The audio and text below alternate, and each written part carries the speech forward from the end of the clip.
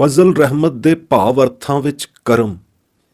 ਸੱਚੇ ਵਾਹਿਗੁਰੂ ਦੇ ਸੱਚੇ ਦਰਬਾਰ ਵਿੱਚ ਪੰਜ ਪਰਵਾਨ ਜਨ ਹੀ ਸਿਰ ਕੱਢਵੀਂ ਸ਼ੋਭਾ ਦੇ ਪਾਤਰ ਬਣਦੇ ਹਨ। ਵਾਹਿਗੁਰੂ ਨਦਰੀ ਦੀ ਨਦਰ ਰਹਿਮਤ ਕਰਮ ਦੁਆਰਾ ਉਹਨਾਂ ਦੇ ਮਸਤਕ ਵਿਖੇ ਨਿਸ਼ਾਨੀ ਲੇਖ ਲਿਖਿਆ ਹੁੰਦਾ ਹੈ। ਉਹਨਾਂ ਦਾ ਲੇਖਾ ਕਰਮਾਂ ਦੇ ਹਿਸਾਬ ਤੋਂ ਪਾਕ ਬੇਬਾਕ ਹੋ ਗਿਆ ਹੁੰਦਾ ਹੈ। ਹੋਰ ਜੀਵਾਂ ਦੇ ਆਪੋ ਆਪਣੇ ਕਰਮਾਂ ਤੇ ਨਿਬੇੜੇ ਹੁੰਦੇ ਹਨ। ਪੰਜ ਪਰਵਾਨ ਜਨ ਪੁੱਗ ਖਲੋਤੇ ਗੁਰਮੁਖ ਜਨ ਲੇਖੇ ਤੋਂ ਰਹਿਤ ਕਰਮਾਂ ਦੀ ਕਾਣ ਕਨੋੜ ਤੋਂ ਮੁਬਰਾ ਹੋ ਗਏ ਹੁੰਦੇ ਹਨ।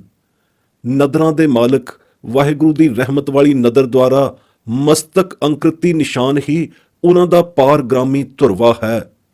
ਤਿਨਾਂ ਦੇ ਗੁਰਮੁਖਾਂ ਵਾਲੇ ਨਾਮ ਨਿਸ਼ਾਨੀ ਕੀਤੇ ਕਰਮ ਉਹਨਾਂ ਦੀ ਕਰਮ ਰੇਖਾ ਮੇਟ ਮਿਟਵਾਏ ਦਿੰਦੇ ਹਨ। ਕਰਮ ਵਿਧਾਤਾ ਕਰਤਾ ਪੁਰਖ ਹੀ ਮੇਟ ਦਿੰਦਾ ਹੈ। ਉਹਨਾਂ ਉੱਤੇ ਨਦਰੀ ਦੀ ਨਦਰ ਰਹਿਮਤ ਹੋ ਜਾਂਦੀ ਹੈ।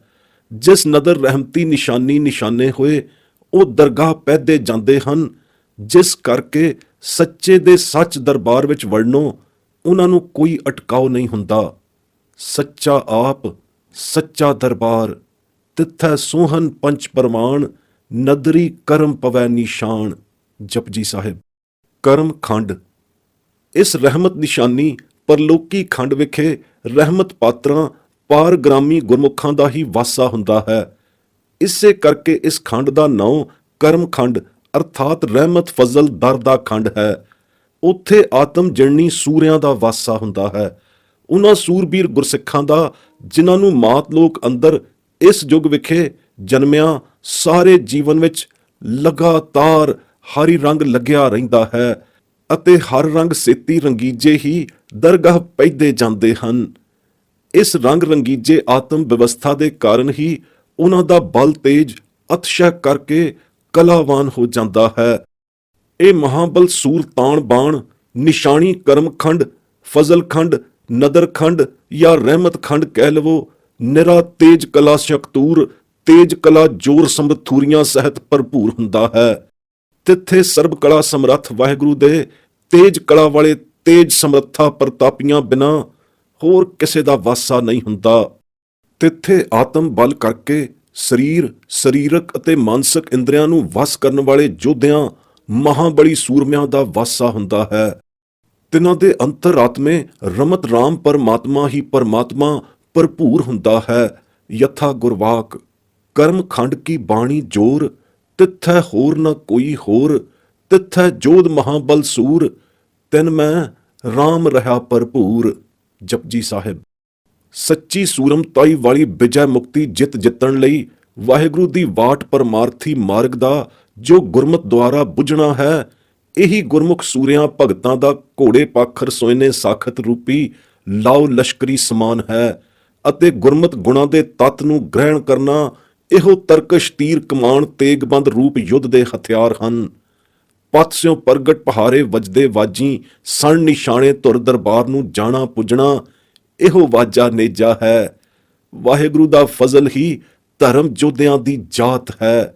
ਯਥਾ ਗੁਰਵਾਕ ਘੋੜੇ ਪਾਖਰ ਸੋਇਨੇ ਸਾਖਤ ਬੂਝਣ ਤੇਰੀ ਵਾਟ ਤਰਕਸ ਤੀਰ ਕਮਾਨ ਸਾਂਗ ਤੇਗ ਬੰਦ ਗੁਣ ਧਾਤ ਵਾਜਾ ਨੇਜਾ ਪੱਤ ਸਿਓ ਪ੍ਰਗਟ ਕਰਮ ਤੇਰਾ ਮੇਰੀ ਜਾਤ। ਸ੍ਰੀ ਰਾਗ ਮਹਲਾ ਪਹਿਲਾ। ਫਲ ਪ੍ਰਦਾਤਾ ਕਰਮ ਵਿਧਾਤਾ ਵਾਹਿਗੁਰੂ ਆਪਣੀ ਫਜ਼ਲ ਮਿਹਰਮਤ ਨਾਲ ਤਾਰਨ ਲੱਗਿਆਂ ਇੱਕ ਬਿਲਮ ਨਹੀਂ ਲਾਉਂਦਾ, ਪਰ ਮਿਹਰਮਤ ਉਸਦੇ ਆਗਿਆਕਾਰੀ ਜਗਿਆਸੂ ਤੇ ਹੀ ਹੁੰਦੀ ਹੈ। ਜੋ ਜਗਿਆਸੂ ਵੀ ਸੁਫਲ ਕਮਾਈ ਨਾਮ ਦੀ ਆਗਿਆਕਾਰੀ ਹੋ ਕੇ ਕਰਦਾ ਹੈ, ਉਸ ਉੱਪਰ ਮਿਹਰਬਾਨ ਸੁਜਾਨ ਪਿਤਾ ਵਾਹਿਗੁਰੂ ਦੀ ਮਿਹਰਮਤ ਦਾ ਝਰਨਾ ਝਰਦਾ ਹੈ। ਸਭ ਤੋਂ ਵੱਡਾ ਅਤੇ ਸੱਚਾ ਕਿਰਸਾਨ ਕਰਤਾ ਪੁਰਖ ਆਪ ਹੈ, ਜਿਸ ਦੀ ਖੇਤੀ ਸਾਰਾ ਸੰਸਾਰ ਹੈ। ਫਿਰ ਉਹ ਆਪ ਵੱਡਾ ਸੁਜਾਨ ਕਿਰਸਾਨ ਹੈ, ਜੋ ਆਪਣੀ ਲਾਈ ਖੇਤੀ ਰੂਪੀ ਫੁਲਵਾੜੀ ਦੇ ਕਿਸੇ ਬੂਟੇ ਨੂੰ ਨਹੀਂ ਭੁੱਲਦਾ। ਸਾਰੀ ਕਿਰਸਾਨੀ ਨੂੰ ਪ੍ਰਾਰਬਧ ਰੂਪੀ ਜਲ ਪੁਜਾ ਰਿਹਾ ਹੈ, ਸਭ ਦੀ ਰਖਵਾਲੀ ਕਰ ਰਿਹਾ ਹੈ, ਸਭ ਦੀ ਸਾਰ ਲੈਂਦਾ ਹੈ, ਕਿਸੇ ਨੂੰ ਨਹੀਂ ਭੁੱਲਦਾ। ਜਿਹੜੇ ਗੁਰਮੁਖ ਜਨ ਜਗਿਆਸੂ ਰੂਪੀ ਸੱਚ ਪਦਾਰਥ ਦਾ ਬੀਜ ਦਾਣਾ ਬੋਂਦੇ ਹਨ ਅਤੇ ਸੱਚੀ ਗੁਰਮਤ ਨਾਮ ਅਭਿਆਸ ਕਮਾਈ ਕਰਦੇ ਹਨ, ਤਿਨਾਂ ਨੂੰ ਤਿਸ ਅੰਮ੍ਰਿਤ ਨਾਮ ਬੀਜੇ ਦੀ ਸੁਫਲ ਕਮਾਈ ਦਾ ਫਲ ਇਹ ਲੱਗਦਾ ਹੈ ਕਿ ਉਹਨਾਂ ਦੇ ਅੰਤਰਾਤਮੇ ਰਸ ਜੋਤ ਪ੍ਰਕਾਸ਼ ਦੀ ਮੁਸ਼ਕ ਝਕੋਲਣੀ ਬੂਟੀ ਉਗਵ ਖਲੋਂਦੀ ਹੈ। ਇਹ ਮੁਸ਼ਕ ਝਕੋਲਣਾ ਸੁਫਲ ਫਲ ਰਸ ਜੋਤ ਪ੍ਰਕਾਸ਼ੀਆ ਨਾਮ ਹੀ ਹੁੰਦਾ ਹੈ, ਜਿਸ ਤੋਂ ਨਵ ਨਦੀਆਂ ਅਤੇ ਰਿਧੀਆਂ ਸਿੱਧੀਆਂ ਜ਼ਹੂਰ ਪਜ਼ੀਰ ਹੁੰਦੀਆਂ ਹਨ। ਤਾਂ ਤੇ ਪੂਰਨ ਗੁਰਮਤ ਰੀਤੀ ਜੁਗਤੀ ਨਾਲ ਬੀਜਿਆ ਸੰਚਰੀਜਿਆ ਨਾਮ ਗੁਰਮਤ ਨਾਮ ਅਭਿਆਸ ਕਮਾਈਆਂ ਦੇ ਸੱਚੇ ਕਿਰਤ ਕਰਮੀ ਪ੍ਰਭਾਵ ਕਰਕੇ ਨਵ ਨਦੀਆਂ ਅਤੇ ਰਸ ਜੋਤ ਵਿਗਸਿਆ ਨਾਮ ਪਰਜਵਲਿਤ ਹੋਏ ਉਪਜਦਾ ਹੈ।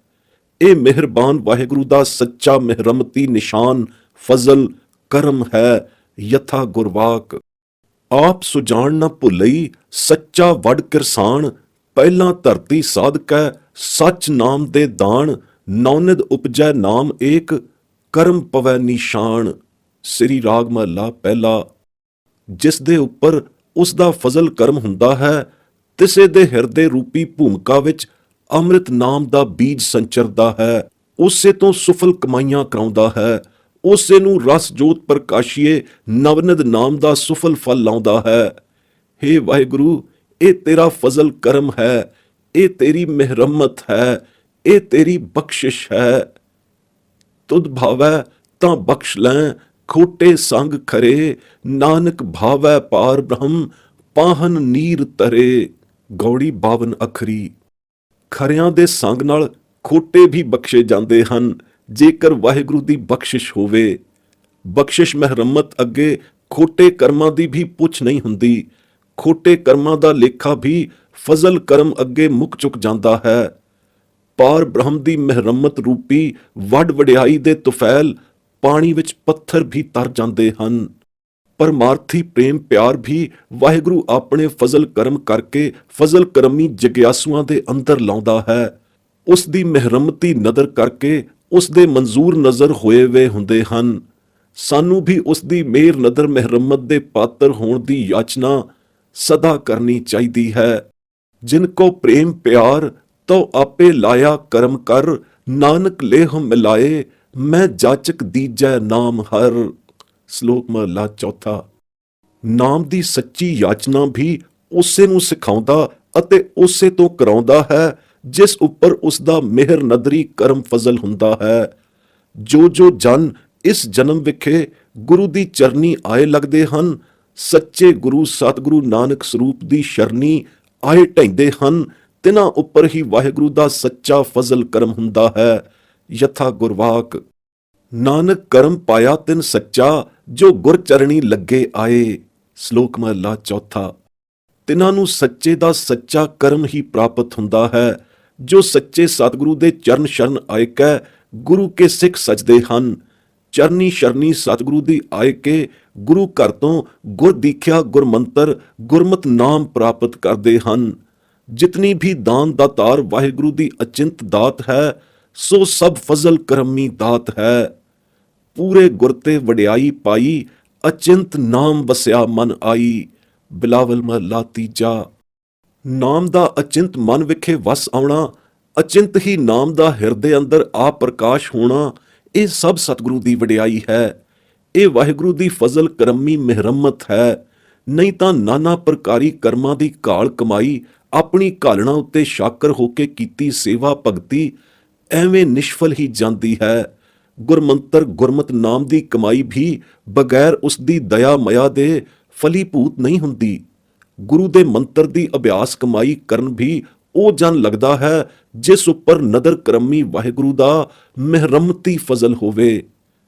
ਕਾਲ ਨਾ ਮਿਲਿਓ ਸੇਵ ਨਾ ਮਿਲਿਓ, ਮਿਲਿਓ ਆਏ ਅਚਿੰਤਾ, ਜਾ ਕੋ ਦਇਆ ਕਰੀ ਮੇਰਾ ਠਾਕੁਰ, ਤਿਨ ਗੁਰੈ ਕਮਾਨੋ ਮੰਤਾ। ਤਨਾਸਰੀ ਮਹਲਾ ਪੰਜਵਾਂ। ਜਿਸ ਨੂੰ ਵਾਹਿਗੁਰੂ ਦੀ ਪ੍ਰਾਪਤੀ ਹੋਣੀ ਹੁੰਦੀ ਹੈ, ਉਸ ਨੂੰ ਗੁਰੂ ਮੰਤਰ ਕਮਾਉਣ ਦੀ ਦਇਆਲਤਾ ਪਹਿਲਾਂ ਹੋ ਜਾਂਦੀ ਹੈ। ਫਿਰ ਇਸ ਦਇਆਲਤਾ ਨਦਰ ਮੇਰ ਦੇ ਪ੍ਰਾਇਣ ਹੋ ਕੇ ਜੋ ਪਿਆਰਾ ਸਫਲ ਕਮਾਈਆਂ ਕਰਦਾ ਹੈ, ਉਸ ਦੀ ਘਾਲ ਥਾਂ ਪੈਂਦੀ ਹੈ। ਉਸ ਉੱਪਰ ਦਇਆਲੂ ਨਦਰਾਲੂ ਪਿਤਾ ਪਰਮਾਤਮਾ ਆਪਣੇ ਵਸਲ ਦਾ ਫਜ਼ਲ ਕਰਮ ਨਾਜ਼ਲ ਕਰਦਾ ਹੈ। ਦਰਸ ਪਿਆਸ ਦੀ ਆਸ ਦੇ ਸੰਕਲਪ ਫੁਰਨ ਤੋਂ ਵੀ ਜਦੋਂ ਸੁਰਤੀ ਬਿਰਤੀ ਅਫੁਰ ਹੋ ਜਾਵੇ, ਤਦੋਂ ਹੀ ਅਚਿੰਤ ਆਤਮ ਵਿਵਸਥਾ ਪ੍ਰਾਪਤ ਹੁੰਦੀ ਹੈ ਅਤੇ ਤਦੋਂ ਹੀ ਨਿਜ ਕਰਮ ਕਰੰਤਣੇ ਮਾਣ ਦਾ ਕੜ ਟੁੱਟਦਾ ਹੈ। ਤਾਂ ਤੇ ਅਭਿਆਸੀ ਜਨ ਲਈ ਲਾਜ਼ਮੀ ਹੈ ਕਿ ਨਾਮ ਅਭਿਆਸ ਕਰਮ ਦੀ ਅਤੁੱਟ ਕਮਾਈ ਕਰਦਾ ਹੋਇਆ ਵੀ ਕਿਰਪਾਲੂ ਜੁਲਜੁਲਾਲੂ ਕਾਰਨ ਕਰਨ ਕਰੀਮ ਫਜ਼ਲਾਲੂ ਦੇ ਫਜ਼ਲ ਕਰਮ ਤੇ ਹੀ ਡੋਰੀ ਰੱਖੇ। ਦਰਸ਼ਨ ਮਿਲਾਪ ਦੀ। ਟੇਕ ਭਰੋਸਾ ਏਕੈ ਅਕਾਲ ਪੁਰਖ ਤੇ ਰੱਖੇ। ਫਿਰ ਉਹ ਇੱਕ ਛਿਨ ਅਚਿੰਤੇ ਹੀ ਆਵੇਗੀ ਕਿ ਇੱਕਦਮ ਕਿਵਾੜ ਖੁੱਲ ਜਾਣਗੇ ਅਤੇ ਦਰਸ਼ਨ ਜੋਤ ਦੇ ਝਲਕਾਰ ਅੰਤਰ ਹਿਰਦਾਰੇ ਘਟ ਅੰਤਰ ਹੀ ਆਏ ਪੈਣਗੇ। ਬਹੁਤ ਕੁਝ ਉਸਦੇ ਫਜ਼ਲ ਕਰਮ ਉੱਤੇ ਹੀ ਨਿਰਭਰ ਹੈ। ਆਪਣੇ ਕਰਮਾਂ ਉੱਤੇ ਕੀ ਕੋਈ ਸ਼ਾਕਰ ਹੋਵੇਗਾ? ਖੁੱਲਿਆ ਕਰਮ ਭਇਓ ਪਰਗਾਸਾ ਵਾਲੀ ਸੁਫਲ ਘੜੀ ਅਚਿੰਤੇ ਹੀ ਘਟ ਅੰਤਰ ਕਰਮਤ ਹੋਣੀ ਹੈ, ਫਜ਼ਲ ਨਸੀਬਤ ਹੋਣੀ ਹੈ। ਦੇਖੋ ਅਚਿੰਤ ਦਾਤ ਦੀ ਫਜ਼ਲ ਖੇਡ ਅਗਲੇ ਗੁਰਵਾਕ ਵਿਖੇ ਕੈਸੀ ਅਨੁਪਮ ਰਚੀ ਹੈ। ਯਥਾ ਗੁਰਵਾਕ। ਭੈਰੋਂ ਮਹੱਲਾ ਪੰਜਵਾਂ। ਸਤਿਗੁਰ ਮੋਕੋ ਕੀਨੋ ਦਾਨ, ਅਮੋਲ ਰਤਨ ਹਰ ਦੀਨੋ ਨਾਮ। ਸਹਿਜ ਬਿਨੋਦ ਚੋਜ ਆਨੰਤਾ, ਨਾਨਕ ਕਉ ਪ੍ਰਭ ਮਿਲਿਓ ਅਚਿੰਤਾ। ਕਉ ਨਾਨਕ ਕੀਰਤ ਹਰ ਸਾਚੀ, ਬਹੁਰ ਬਹੁਰ ਤੇ ਸੰਗ ਮਨ ਰਾਚੀ। ਰਹਾਓ। ਅਚਿੰਤ ਹਮਾਰਾ ਭੋਜਨ ਭਾਓ, ਅਚਿੰਤ ਹਮਾਰਾ ਲੀਚੈ ਨਾਉ। ਅਚਿੰਤ ਹਮਾਰਾ ਸ਼ਬਦ ਉਧਾਰ, ਅਚਿੰਤ ਹਮਾਰਾ ਭਰੇ ਭੰਡਾਰ। ਅਚਿੰਤ ਹਮਾਰਾ ਕਾਰਜ ਪੂਰੇ, ਅਚਿੰਤ ਹਮਾਰੇ ਲਥੇ ਵਿਸੂਰੇ। ਅਚਿੰਤ ਹਮਾਰਾ ਬੈਰੀ ਮੀਤਾ, ਅਚਿੰਤੋ ਹੀ ਇਹੋ ਮਨ ਵਸ ਕੀਤਾ। ਅਚਿੰਤ ਪ੍ਰਭੂ ਹਮ ਕੀਆ ਦਿਲਾਸਾ, ਅਚਿੰਤ ਹਮਾਰੀ ਪੂਰਨ ਆਸਾ। ਅਚਿੰਤ ਹਮਾ ਕੋ ਸਗਲ ਸਿਧਾਂਤ, ਅਚਿੰਤ ਹਮ ਕੋ ਗੁਰ ਦੀਨੋ ਮੰਤ। ਅਚਿੰਤ ਹਮਾਰੇ ਬਿਨਸੇ ਬੈਰ, ਅਚਿੰਤ ਹਮਾਰੇ ਮਿਟੇ ਅੰਧੇਰ। ਅਚਿੰਤੋ ਹੀ ਮਨ ਕੀਰਤਨ ਮੀਠਾ, ਅਚਿੰਤੋ ਹੀ ਪ੍ਰਭ ਘਟ ਘਟ ਡੀਠਾ। ਅਚਿੰਤ ਮਿਟਿਓ ਹੈ ਸਗਲੋ ਭਰਮਾ, ਅਚਿੰਤ ਵਸਿਓ ਮਨ ਸੁਖ ਬਿਸਰਾਮਾ। ਅਚਿੰਤ ਹਮਾਰਾ ਅਨਹਤ ਵਾਜੈ, ਅਚਿੰਤ ਹਮਾਰਾ ਗੋਬਿੰਦ ਗਾਜੈ। ਅਚਿੰਤ ਹਮਾਰਾ ਮਨ ਪਤਿਆਨਾ, ਨਿਹਚਲ ਧਨੀ ਅਚਿੰਤ ਪਛਾਨਾ। ਅਚਿੰਤੋ ਉਪਜਿਓ ਸਗਲ ਬਿਬੇਕਾ, ਅਚਿੰਤ ਚਰਹੀ ਹੱਥ ਹਰ ਹਰ ਟੇਕਾ। ਅਚਿੰਤ ਪ੍ਰਭੂ ਧੁਰ ਲਿਖਿਆ ਲੇਖ, ਅਚਿੰਤ ਮਿਲਿਓ ਪ੍ਰਭ ਠਾਕੁਰ ਏਕ। ਚਿੰਤ ਅਚਿੰਤਾ ਸਗਲੀ ਗਈ, ਪ੍ਰਭ ਨਾਨਕ ਨਾਨਕ ਨਾਨਕ ਮਈ। ਵਿਆਖਿਆ। ਫੈਜ਼ ਗੰਜ਼ੂਰ ਕਰੀਮੁਲ ਕਮਾਲ ਸ੍ਰੀ ਅਕਾਲ ਪੁਰਖ ਦਾ ਅਵਲ ਤਰੀਨ ਫੈਜ਼ ਫਜ਼ਲ ਰਹਿਮਤ ਪਾਤਰੀ ਜਨਾਂ ਉੱਤੇ ਇਹ ਹੁੰਦਾ ਹੈ ਕਿ ਸਤਿਗੁਰ ਸੱਚੇ ਦੁਆਰਾ ਵਾਹਿਗੁਰੂ ਨਾਮ ਰੂਪੀ ਅਮੋਲ ਰਤਨ ਦਾ ਦਾਨ ਉਹਨਾਂ ਨੂੰ ਦਿਵਾਉਂਦਾ ਹੈ। ਜੋ ਵਾਹਿਗੁਰੂ ਦੀ ਨਦਰ ਮੇਰ ਫਜ਼ਲ ਦੇ ਪਾਤਰ ਅਧਿਕਾਰੀ ਪਰਮ ਅਧਿਕਾਰੀ ਹੁੰਦੇ ਹਨ। ਇਸ ਗੁਰਮਤ ਨਾਮ ਦੀ ਪਾਰਸ ਅਭਿਆਸਨੀ ਕਲਾ ਦੇ ਤੁਫੈਲ ਗੁਰੂ ਨਾਨਕ ਸਾਹਿਬ ਦੇ ਵਰੋਸਾਏ ਸਿੱਖਾਂ ਨੂੰ ਵਾਹਿਗੁਰੂ ਦਾ ਵਸਲ ਮਿਲਾਪ ਅਚਿੰਤੇ ਹੀ ਹੋ ਜਾਂਦਾ ਹੈ। ਵਸਲ ਹੋਣ ਸਾਰ ਹੀ ਚੋਜੀ ਪ੍ਰੀਤਮ ਆਪਣੇ ਅਨੰਨ ਪ੍ਰੇਮੀ ਜਨਾਂ ਨਾਲ ਸਹਿਜ ਆਨੰਦੀ ਬਿਨੋਦੀ ਅਨੰਤ ਚੋਜ ਕਰਨ ਲੱਗ ਪੈਂਦਾ ਹੈ।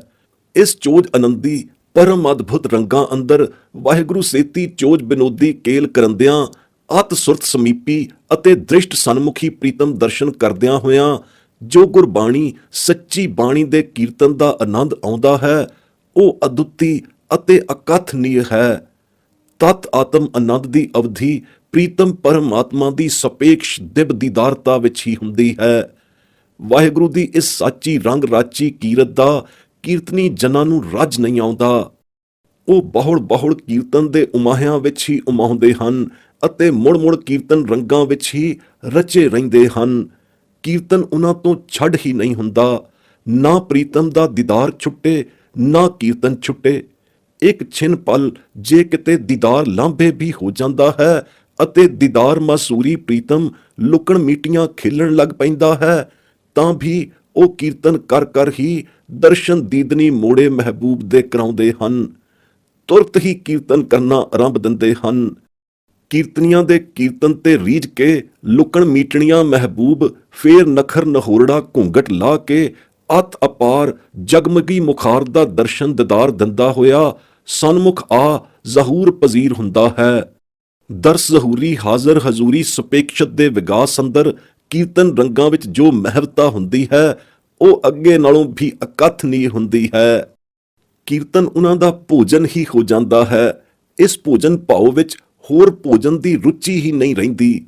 ਅੰਦਨ ਉਹ ਕੀਰਤਨ ਰੂਪੀ ਭੋਜਨ ਭੁੰਚਣ ਵਿੱਚ ਹੀ ਰਚੇ ਰਹਿੰਦੇ ਹਨ। ਨਾ ਛਾਦਨ ਦੀ ਨਾ ਭੋਜਨ ਦੀ ਰੁਚੀ ਇੱਛਾ ਹੀ ਨਹੀਂ ਰੱਖਦੇ। ਅਚਿੰਤੇ ਜੋ ਭੋਜਨੀ ਪਦਾਰਥ ਆ ਮਿਲੇ ਸੋ ਪੁੰਚ ਲੈਂਦੇ ਹਨ ਅਤੇ ਸੋਈ ਪੁੰਚ ਕੇ ਸੰਤੁਸ਼ਟ ਰਹਿੰਦੇ ਹਨ। ਭਾਵੇਂ ਰੁੱਖਾ ਸੁੱਖਾ ਭੋਜਨ ਹੀ ਹੋਵੇ। ਛਾਦਨ ਭੋਜਨ ਕੀ ਆਸ ਨਾ ਕਰਈ, ਅਚਿੰਤ ਮਿਲੈ ਸੋ ਪਾਏ। ਇਹ ਹੈ ਅਚਿੰਤ ਹਮਾਰਾ ਭੋਜਨ ਭਾਉ ਦੀ ਭਾਉ ਭੁਗਤਨੀ ਵਿਵਸਥਾ। ਇਸ ਅਵਸਥਾ ਵਿਖੇ ਨਾਮ ਅਭਿਆਸ ਦਾ ਸਫੁਰਨ ਵੇਗ ਵੀ ਅਫੁਰ ਹੀ ਫੁਰਦਾ ਹੈ ਅਤੇ ਸੁਤੇ ਸੁਭਾਵ ਹੀ ਬਿਨਾਂ ਯਤਨ ਦੇ ਚੱਲਿਆ ਰਹਿੰਦਾ ਹੈ। ਉਠਤ ਬੈਠਤ ਸੋਵਤ ਜਾਗਤ ਚਲਦਿਆਂ ਫਿਰਦਿਆਂ ਅਚਿੰਤੇ ਹੀ ਸੁਰਤੀ ਕਰਕੇ ਸਵਾਸਾਂ ਕਰਕੇ ਜਪ ਅਭਿਆਸ ਕਰਕੇ ਨਾਮ ਦਾ ਸਹਿਜ ਬਿਲੋਵਨਾ ਆਪ ਹੁਦਰੋਂ ਹੀ ਬਿਲੋਇੰਦਾ ਰਹਿੰਦਾ ਹੈ। ਦਇਆਲੂ ਕਿਰਪਾਲੂ ਕਰੀਮ ਰਹੀਮ ਵਾਹਿਗੁਰੂ ਦੇ ਫਜ਼ਲ ਕਰਮ ਅਤੇ ਰਹਿਮਤ ਕਰਮ ਦਾ ਉਸ ਗੁਰਮੁਖ ਜਨ ਤੇ ਖਾਸ ਨਿਛਾਵਰਾ ਹੈ ਜਿਸ ਨੂੰ ਇਹ ਅਚਿੰਤ ਹਮਾਰਾ ਲੀਚੈ ਨਾਉ ਦੀ ਲਹਿਰ ਬਹਿਰ ਪ੍ਰਾਪਤ ਹੋਈ ਹੈ। ਫਜ਼ਲ ਕਰਮੀ ਰੱਬੀ ਉਦਾਰਤਾ ਦੇ ਪਾਤਰ ਜਨਾਂ ਦਾ ਸ਼ਬਦ ਦੁਆਰਾ ਉਧਾਰ ਨਿਸਤਾਰਾ ਵੀ ਇੱਕ ਛਿਨਕ ਮਾਤਰ ਵਿੱਚ ਅਚਿੰਤੋ ਹੀ ਹੋ ਜਾਂਦਾ ਹੈ। ਸ਼ਬਦ ਉਧਾਰ ਰਹਿਮਤ ਪਾਤਰੀਸ਼ਾਂ ਦੇ ਮੁਕਤ ਭੁਗਤ ਦੇ ਭੰਡਾਰ ਅਚਿੰਤੇ ਹੀ ਭਰੇ ਰਹਿੰਦੇ ਹਨ। ਅਚਿੰਤ ਹਮਾਰਾ ਸ਼ਬਦ ਉਧਾਰ ਅਚਿੰਤ ਹਮਾਰਾ ਭਰੇ ਭੰਡਾਰ ਦੀ ਮਹਿਰਮਤ ਵਰੋਸਾਇਆਂ ਦੇ ਸਾਰੇ ਕਾਰਜ ਵੀ ਅਚਿੰਤੇ ਹੀ ਪੂਰੇ ਹੁੰਦੇ ਰਹਿੰਦੇ ਹਨ। ਕੋਈ ਵੀ ਅਧੂਰਾ ਨਹੀਂ ਰਹਿੰਦਾ। ਸਿਰ ਉੱਪਰ ਠਾਠਾ ਗੁਰਸੂਰਾ ਨਾਨਕ ਤਾਕੇ ਕਾਰਜ ਪੂਰਾ ਦੀ ਨਦਰ ਦ੍ਰਿਸ਼ਟ ਵਰਸੀਜਿਆਂ ਉੱਪਰ ਅਚਿੰਤ ਹਮਾਰਾ ਕਾਰਜ ਪੂਰੇ ਦੀ ਭਾਵ ਘਟਨਾ ਸੁਤੇ ਸੁਭਾਵ ਹੀ ਘਟਦੀ ਰਹਿੰਦੀ ਹੈ। ਉਹਨਾਂ ਦੇ ਸਾਰੇ ਵਿਸੂਰੇ ਝੁਰੇਵੇਂ ਵੀ ਅਚਿੰਤੇ ਹੀ ਲੈ ਜਾਂਦੇ ਹਨ ਅਤੇ ਸਦਾ ਹੀ ਲੱਥੇ ਰਹਿੰਦੇ ਹਨ। ਅਚਿੰਤ ਹਮਾਰਾ ਲੱਥੇ ਵਿਸੂਰੇ ਦੀ ਨਦਰ ਦ੍ਰਿਸ਼ਟੀ ਜਿਨ੍ਹਾਂ ਉੱਪਰ ਹੋ ਗਈ ਉਹਨਾਂ ਨੂੰ ਨਾ ਕੋ ਮੇਰਾ ਦੁਸ਼ਮਨ ਰਹਿਆ ਨਾ ਹਮ ਕਿਸਕੇ ਬਹਿਰ ਆਈ ਦੇ ਗੁਰਵਾਕ ਅਨੁਸਾਰਤਾ ਵਾਲੀ ਸਮ ਦ੍ਰਿਸ਼ਟੀ ਪ੍ਰਾਪਤ ਹੋ ਜਾਂਦੀ ਹੈ। ਉਹਨਾਂ ਦਾ ਨਾ ਕੋਈ ਦੁਸ਼ਮਣ ਰਹਿੰਦਾ ਹੈ ਨਾ ਉਹ ਕਿਸੇ ਨਾਲ ਵੈਰ ਭਾਵ ਰੱਖਦੇ ਹਨ, ਕਿਸੇ ਦੇ ਵੀ ਵੈਰੀ ਨਹੀਂ ਹੁੰਦੇ, ਬਲਕਿ ਸਾਰੇ ਉਹਨਾਂ ਦੇ ਮਿੱਤਰ ਅਤੇ ਉਹ ਸਾਰਿਆਂ ਦੇ ਸੱਜਣ ਬਣੇ ਰਹਿੰਦੇ ਹਨ। ਸਭ ਕੋ ਮੀਤ ਹਮ ਆਪਨ ਕੀਨਾ ਹਮ ਸਭਨਾ ਕੇ ਸਾਜਨ। ਸਗੋਂ ਬੈਰੀ ਵੀ ਉਹਨਾਂ ਦੇ ਮਿੱਤਰ ਬਣ ਜਾਂਦੇ ਹਨ ਅਤੇ ਅਚਿੰਤੇ ਹੀ ਹੋ ਜਾਂਦੇ ਹਨ। ਅਚਿੰਤ ਹਮਾਰਾ ਬੈਰੀ ਮੀਤਾ। ਫਜ਼ਲ ਕਰਮੀ ਪ੍ਰਤਾਪ ਅਚਿੰਤੇ ਹੀ ਤਿਨਾਂ ਦੇ ਵਿਰਸੇ ਵਿੱਚ ਆ ਜਾਂਦਾ ਹੈ। ਜੋ ਅੰਮ੍ਰਿਤ ਅਭਿਆਸ ਸ਼ਬਦ ਰਸਾਇਣੀ ਹੁੰਦੇ ਹਨ, ਸਾਲਾਹੀ ਵਾਹਿਗੁਰੂ ਦੀ ਸਿਫਤ ਸਲਾਹ ਕਰਨ ਵਾਲਿਆਂ ਨੂੰ ਦੁਸ਼ਮਣ ਦਾ ਭੈ ਨਹੀਂ ਰਹਿੰਦਾ। ਨਾਨਕ ਨਾਮ ਸਲਾਹੀਐ ਭੈ ਦੁਸ਼ਮਣ ਭਾਗੈ। ਉਹਨਾਂ ਦੀ ਅੰਤਰਗਤੀ ਭਾਵਨਾ ਸਾਰਿਆਂ ਨੂੰ ਆਪਣਾ ਮਿੱਤਰ ਕਰਕੇ ਜਾਣਨ ਵਾਲੀ ਹੁੰਦੀ ਹੈ ਅਤੇ ਵਰਤੋਂ ਵਿਹਾਰ ਵੀ ਸਭਨਾਂ ਦੇ ਨਾਲ ਮਿੱਤਰਚਾਰੇ ਵਾਲਾ ਹੁੰਦਾ ਹੈ। ਉਹ ਬੁਰੇ ਦਾ ਵੀ ਭਲਾ ਤੱਕਦੇ ਹਨ, ਬੁਰਾ ਕਰਨ ਵਾਲੇ ਨਾਲ ਵੀ ਭਲਾ ਸਲੂਕ ਰੱਖਦੇ ਹਨ, ਕਿਉਂਕਿ ਮਨੋ ਭਾਵਨਾ ਉਹਨਾਂ ਦੀ ਸਦਾ ਸਭਨਾਂ ਦੇ ਨਾਲ ਭਲਾਈ ਕਰਨ ਦੀ ਹੀ ਹੁੰਦੀ ਹੈ। ਦੂਜੇ ਉਹਨਾਂ ਦਾ ਤੇਜ ਪ੍ਰਤਾਪ ਹੀ ਐਸਾ ਹੁੰਦਾ ਹੈ। ਉਹਨਾਂ ਉੱਪਰ ਮਾਲਕ ਦੀ ਮਿਹਰਮਤ ਅਤੇ ਫਜ਼ਲ ਕਰਮੜਾ ਨਦਰਾਰਾ ਹੁੰਦਾ ਹੈ। ਤਾਂ ਹੀ ਤੇ ਉਹਨਾਂ ਉੱਪਰ ਅਚਿੰਤ ਹਮਾਰਾ ਬੈਰੀ ਮੀਤਾ ਵਾਲੀ ਵਿਵਸਥਾ ਘਟਦੀ ਹੈ। ਅਚਿੰਤੋ ਹੀ ਇਹ ਮਨ ਵਸ ਕੀਤਾ ਵਾਲਾ ਕਰਮ ਫਜ਼ਲ ਵੀ ਤਿੰਨਾਂ ਉੱਪਰ ਮਨ ਬਸ ਆਵੈ ਨਾਨਕਾ ਜੇ ਪੂਰਨ ਕਿਰਪਾ ਹੋਏ ਵਾਲੇ ਗੁਰਵਾਕ ਦਾ ਭਾਵ ਆਇਦ ਹੁੰਦਾ ਹੈ। ਸੱਚਮੁੱਚ ਪੂਰਨ ਕਰਮ ਜਿਨ੍ਹਾਂ ਫਜ਼ਲ ਪਾਤਰਾਂ ਤੇ ਹੁੰਦੀ ਹੈ ਤਿਨਾਂ ਦਾ ਮਨ ਹੀ ਵਸ ਆਉਂਦਾ ਹੈ। ਸਰਬ ਪ੍ਰਕਾਰ ਦੀ ਚਿੰਤਾ ਤੋਂ ਅਚਿੰਤ ਕਰਨ ਲਈ ਅਚਿੰਤੇ ਹੀ ਪ੍ਰਭੂ ਪਰਮਾਤਮਾ ਆਪਣੇ ਅਨੰਦ ਦਾਸ ਜਨ ਲਈ ਦਿਲਾਸਾ ਰੂਪ ਹੋ ਜਾਂਦਾ ਹੈ। ਭਗਤ ਜਨਾਂ ਦਾ ਪਰਵਾਸਾ ਬਣ ਜਾਂਦਾ ਹੈ, ਕਿਉਂਕਿ ਜਦੋਂ ਵਾਹਿਗੁਰੂ ਦਿਲਾਸਾ ਰੂਪ ਆਸਰਾ ਪਰਨਾ ਬਣ ਜਾਂਦਾ ਹੈ ਫਿਰ ਅਚਿੰਤੇ ਹੀ ਉਹ ਉਹਨਾਂ ਦੀਆਂ ਸਾਰੀਆਂ ਆਸਾਂ ਪੂਰਨਹਾਰਾ ਬਣ ਜਾਂਦਾ ਹੈ। ਪਤਾ ਨਹੀਂ ਲੱਗਦਾ ਜਦੋਂ ਆਸਾ ਪੂਰਨ ਹੋ ਜਾਂਦੀ ਹੈ। ਆਸਾਵੰਤਿਆਂ ਦੀ ਤਾਂ ਇੱਕੋ ਦਰਸ਼ਨ ਦੀ ਆਸਾ ਹੁੰਦੀ ਹੈ। ਜਦੋਂ ਇਹ ਪੂਰਨ ਹੋ ਜਾਂਦੀ ਹੈ ਅਤੇ ਦਰਸ਼ਨਮਈ ਵਿੱਚ ਵਿਚਰੀਦਾ ਹੈ ਤਦੋਂ ਆਸਾਮਈ ਸੁਤੇ ਸੰਕਲਪ ਉਹਨਾਂ ਦੇ ਸੰਪੂਰਨ ਹੋ ਜਾਂਦੇ ਹਨ। ਸੰਕਲਪ ਮਾਤਰ ਵਿੱਚ ਸਹਿਜ ਸਫੁਰਨ ਹੋਈ ਆਸਾ ਵੀ ਅਚਿੰਤੋ ਹੀ ਪੂਰਨ ਹੋ ਜਾਂਦੀ ਹੈ। ਦਰਸ਼ਨ ਦਰਸੰਤੇ ਕਰਮਵੰਤਿਆਂ ਨੂੰ ਆਸਾਮਈ ਸੰਕਲਪ ਵੀ ਸ਼ੁਭ ਸੰਕਲਪ ਆਸਾ ਵਾਲਾ ਸਫੁਰਨ ਹੁੰਦਾ ਹੈ, ਜਿਸ ਦੇ ਅੱਖੀਂ ਫੋਰ ਵਿੱਚ ਅੱਖੀਆਂ ਦੇ ਫਰਕਣ ਮਾਤਰ ਵਿੱਚ ਪੂਰਨ ਹੋਣ ਵਿੱਚ ਬਿਲਮ ਨਹੀਂ ਲੱਗਦੀ। ਨਦਰਵੰਤੇ ਗੁਰਸਿੱਖਾਂ ਨੂੰ ਅਚਿੰਤ ਦਾਤ ਜਦ ਮਿਲਦੀ ਹੈ ਤਾਂ ਉਹਨਾਂ ਨੂੰ ਸਗਲ ਸਿਧਾਂਤ ਗੂੜ ਤੋਂ ਗੂੜ ਭਾਵਮਈ ਸਿਧਾਂਤ ਸੁਤੇ ਹੀ ਫੁਰ ਆਉਂਦੇ ਹਨ। ਉਹ ਗੋਜ ਸਿਧਾਂਤ ਦਾ ਤਤਵੇਤਾ ਭਾਵ ਵਿਆਖੇਤਾ ਹੋ ਜਾਂਦਾ ਹੈ। ਵਾਹਿਗੁਰੂ ਦੀ ਕਰਮ ਕ੍ਰਿਸ਼ਮਾਣੀ ਨਦਰ ਨਾਲ ਕਰਮਵੰਤੇ ਗੁਰਮੁਖਾਂ ਅਨੰਦ ਦਾਸਰਿਆਂ ਦੇ ਸਾਰੇ ਹੀ ਅਗਿਆਨਮਈ ਅੰਧੇਰ ਮਿਟ ਜਾਂਦੇ ਹਨ। ਗੁਰਮਤ ਗਿਆਨ ਚਾਨਣਾ ਹੋਣ ਕਰ ਉਹਨਾਂ ਦੀ ਤਾਤ ਪਰਾਈ ਸਭ ਵਿਸਰ ਜਾਂਦੀ ਹੈ। ਉਹਨਾਂ ਦੀ ਸਗਲ ਸੰਗ ਹੀ ਬਣ ਆਉਂਦੀ ਹੈ, ਕਿਉਂਕਿ ਉਹਨਾਂ ਦਾ ਨਾ ਕੋਈ ਬੈਰੀ ਰਹਿੰਦਾ ਹੈ, ਨਾ ਬੇਗਾਨਾ ਉਹਨਾਂ ਨੂੰ ਨਜ਼ਰ ਆਉਂਦਾ ਹੈ। ਫੇਰ ਅਚਿੰਤ ਹਮਾਰੇ ਬਿਨਸੇ ਬੈਰ ਰੂਪੀ ਉੱਪਰਲੇ ਗੁਰਵਾਕ ਦੀ ਇਸ ਤੁਕ ਦੇ ਭਾਵ ਅਨੁਸਾਰ ਉਹਨਾਂ ਦੇ ਬੈਰ ਭਾਵ ਵਾਲੇ ਸੰਸਕਾਰ ਹੀ ਬਿਨਸ ਜਾਂਦੇ ਹਨ। ਕੀਰਤਨ ਰਸ ਦੀ ਮਿਠਾਸ ਉਹਨਾਂ ਨੂੰ ਦਿਨੋਂ ਦਿਨ ਹੋਰ ਤੇ ਹੋਰ ਵਧੇਰੇ ਤੋਂ ਵਧੇਰੇ ਅਤ ਮਿੱਠੀ ਅਤੇ ਅੰਮ੍ਰਿਤ ਸਵਾਦ ਆਨੰਦ ਵਾਲੀ ਲੱਗਣ ਲੱਗ ਜਾਂਦੀ ਹੈ।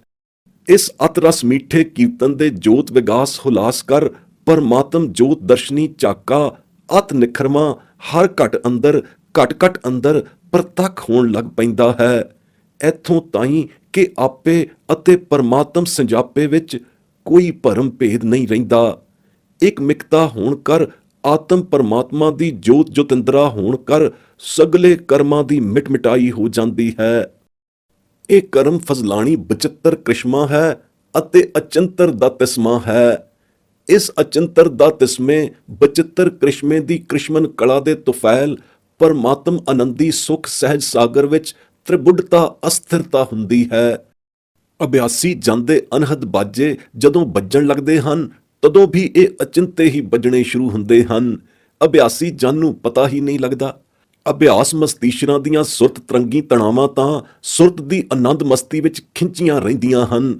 ਸ਼ਬਦ ਸੁਰਤੀਸ਼ਰੀ ਸਾਹਿਬ ਸੱਚਾ ਦਾਤਾਰ ਟੁੱਟ ਕੇ ਅਚਿੰਤੇ ਹੀ ਅਨਹਦ ਬਾਜਿਆਂ ਦੀ ਮੁਰਲੀ ਬਜਾਏ ਦਿੰਦਾ ਹੈ, ਜੋ ਸੁਰਤੇ ਜਨ ਦੇ ਦਸਮ ਦੁਆਰ ਅੰਦਰ ਸੁਤੇ ਸੁਭਾਵ ਹੀ ਵੱਜਣ ਲੱਗ ਪੈਂਦੀ ਹੈ।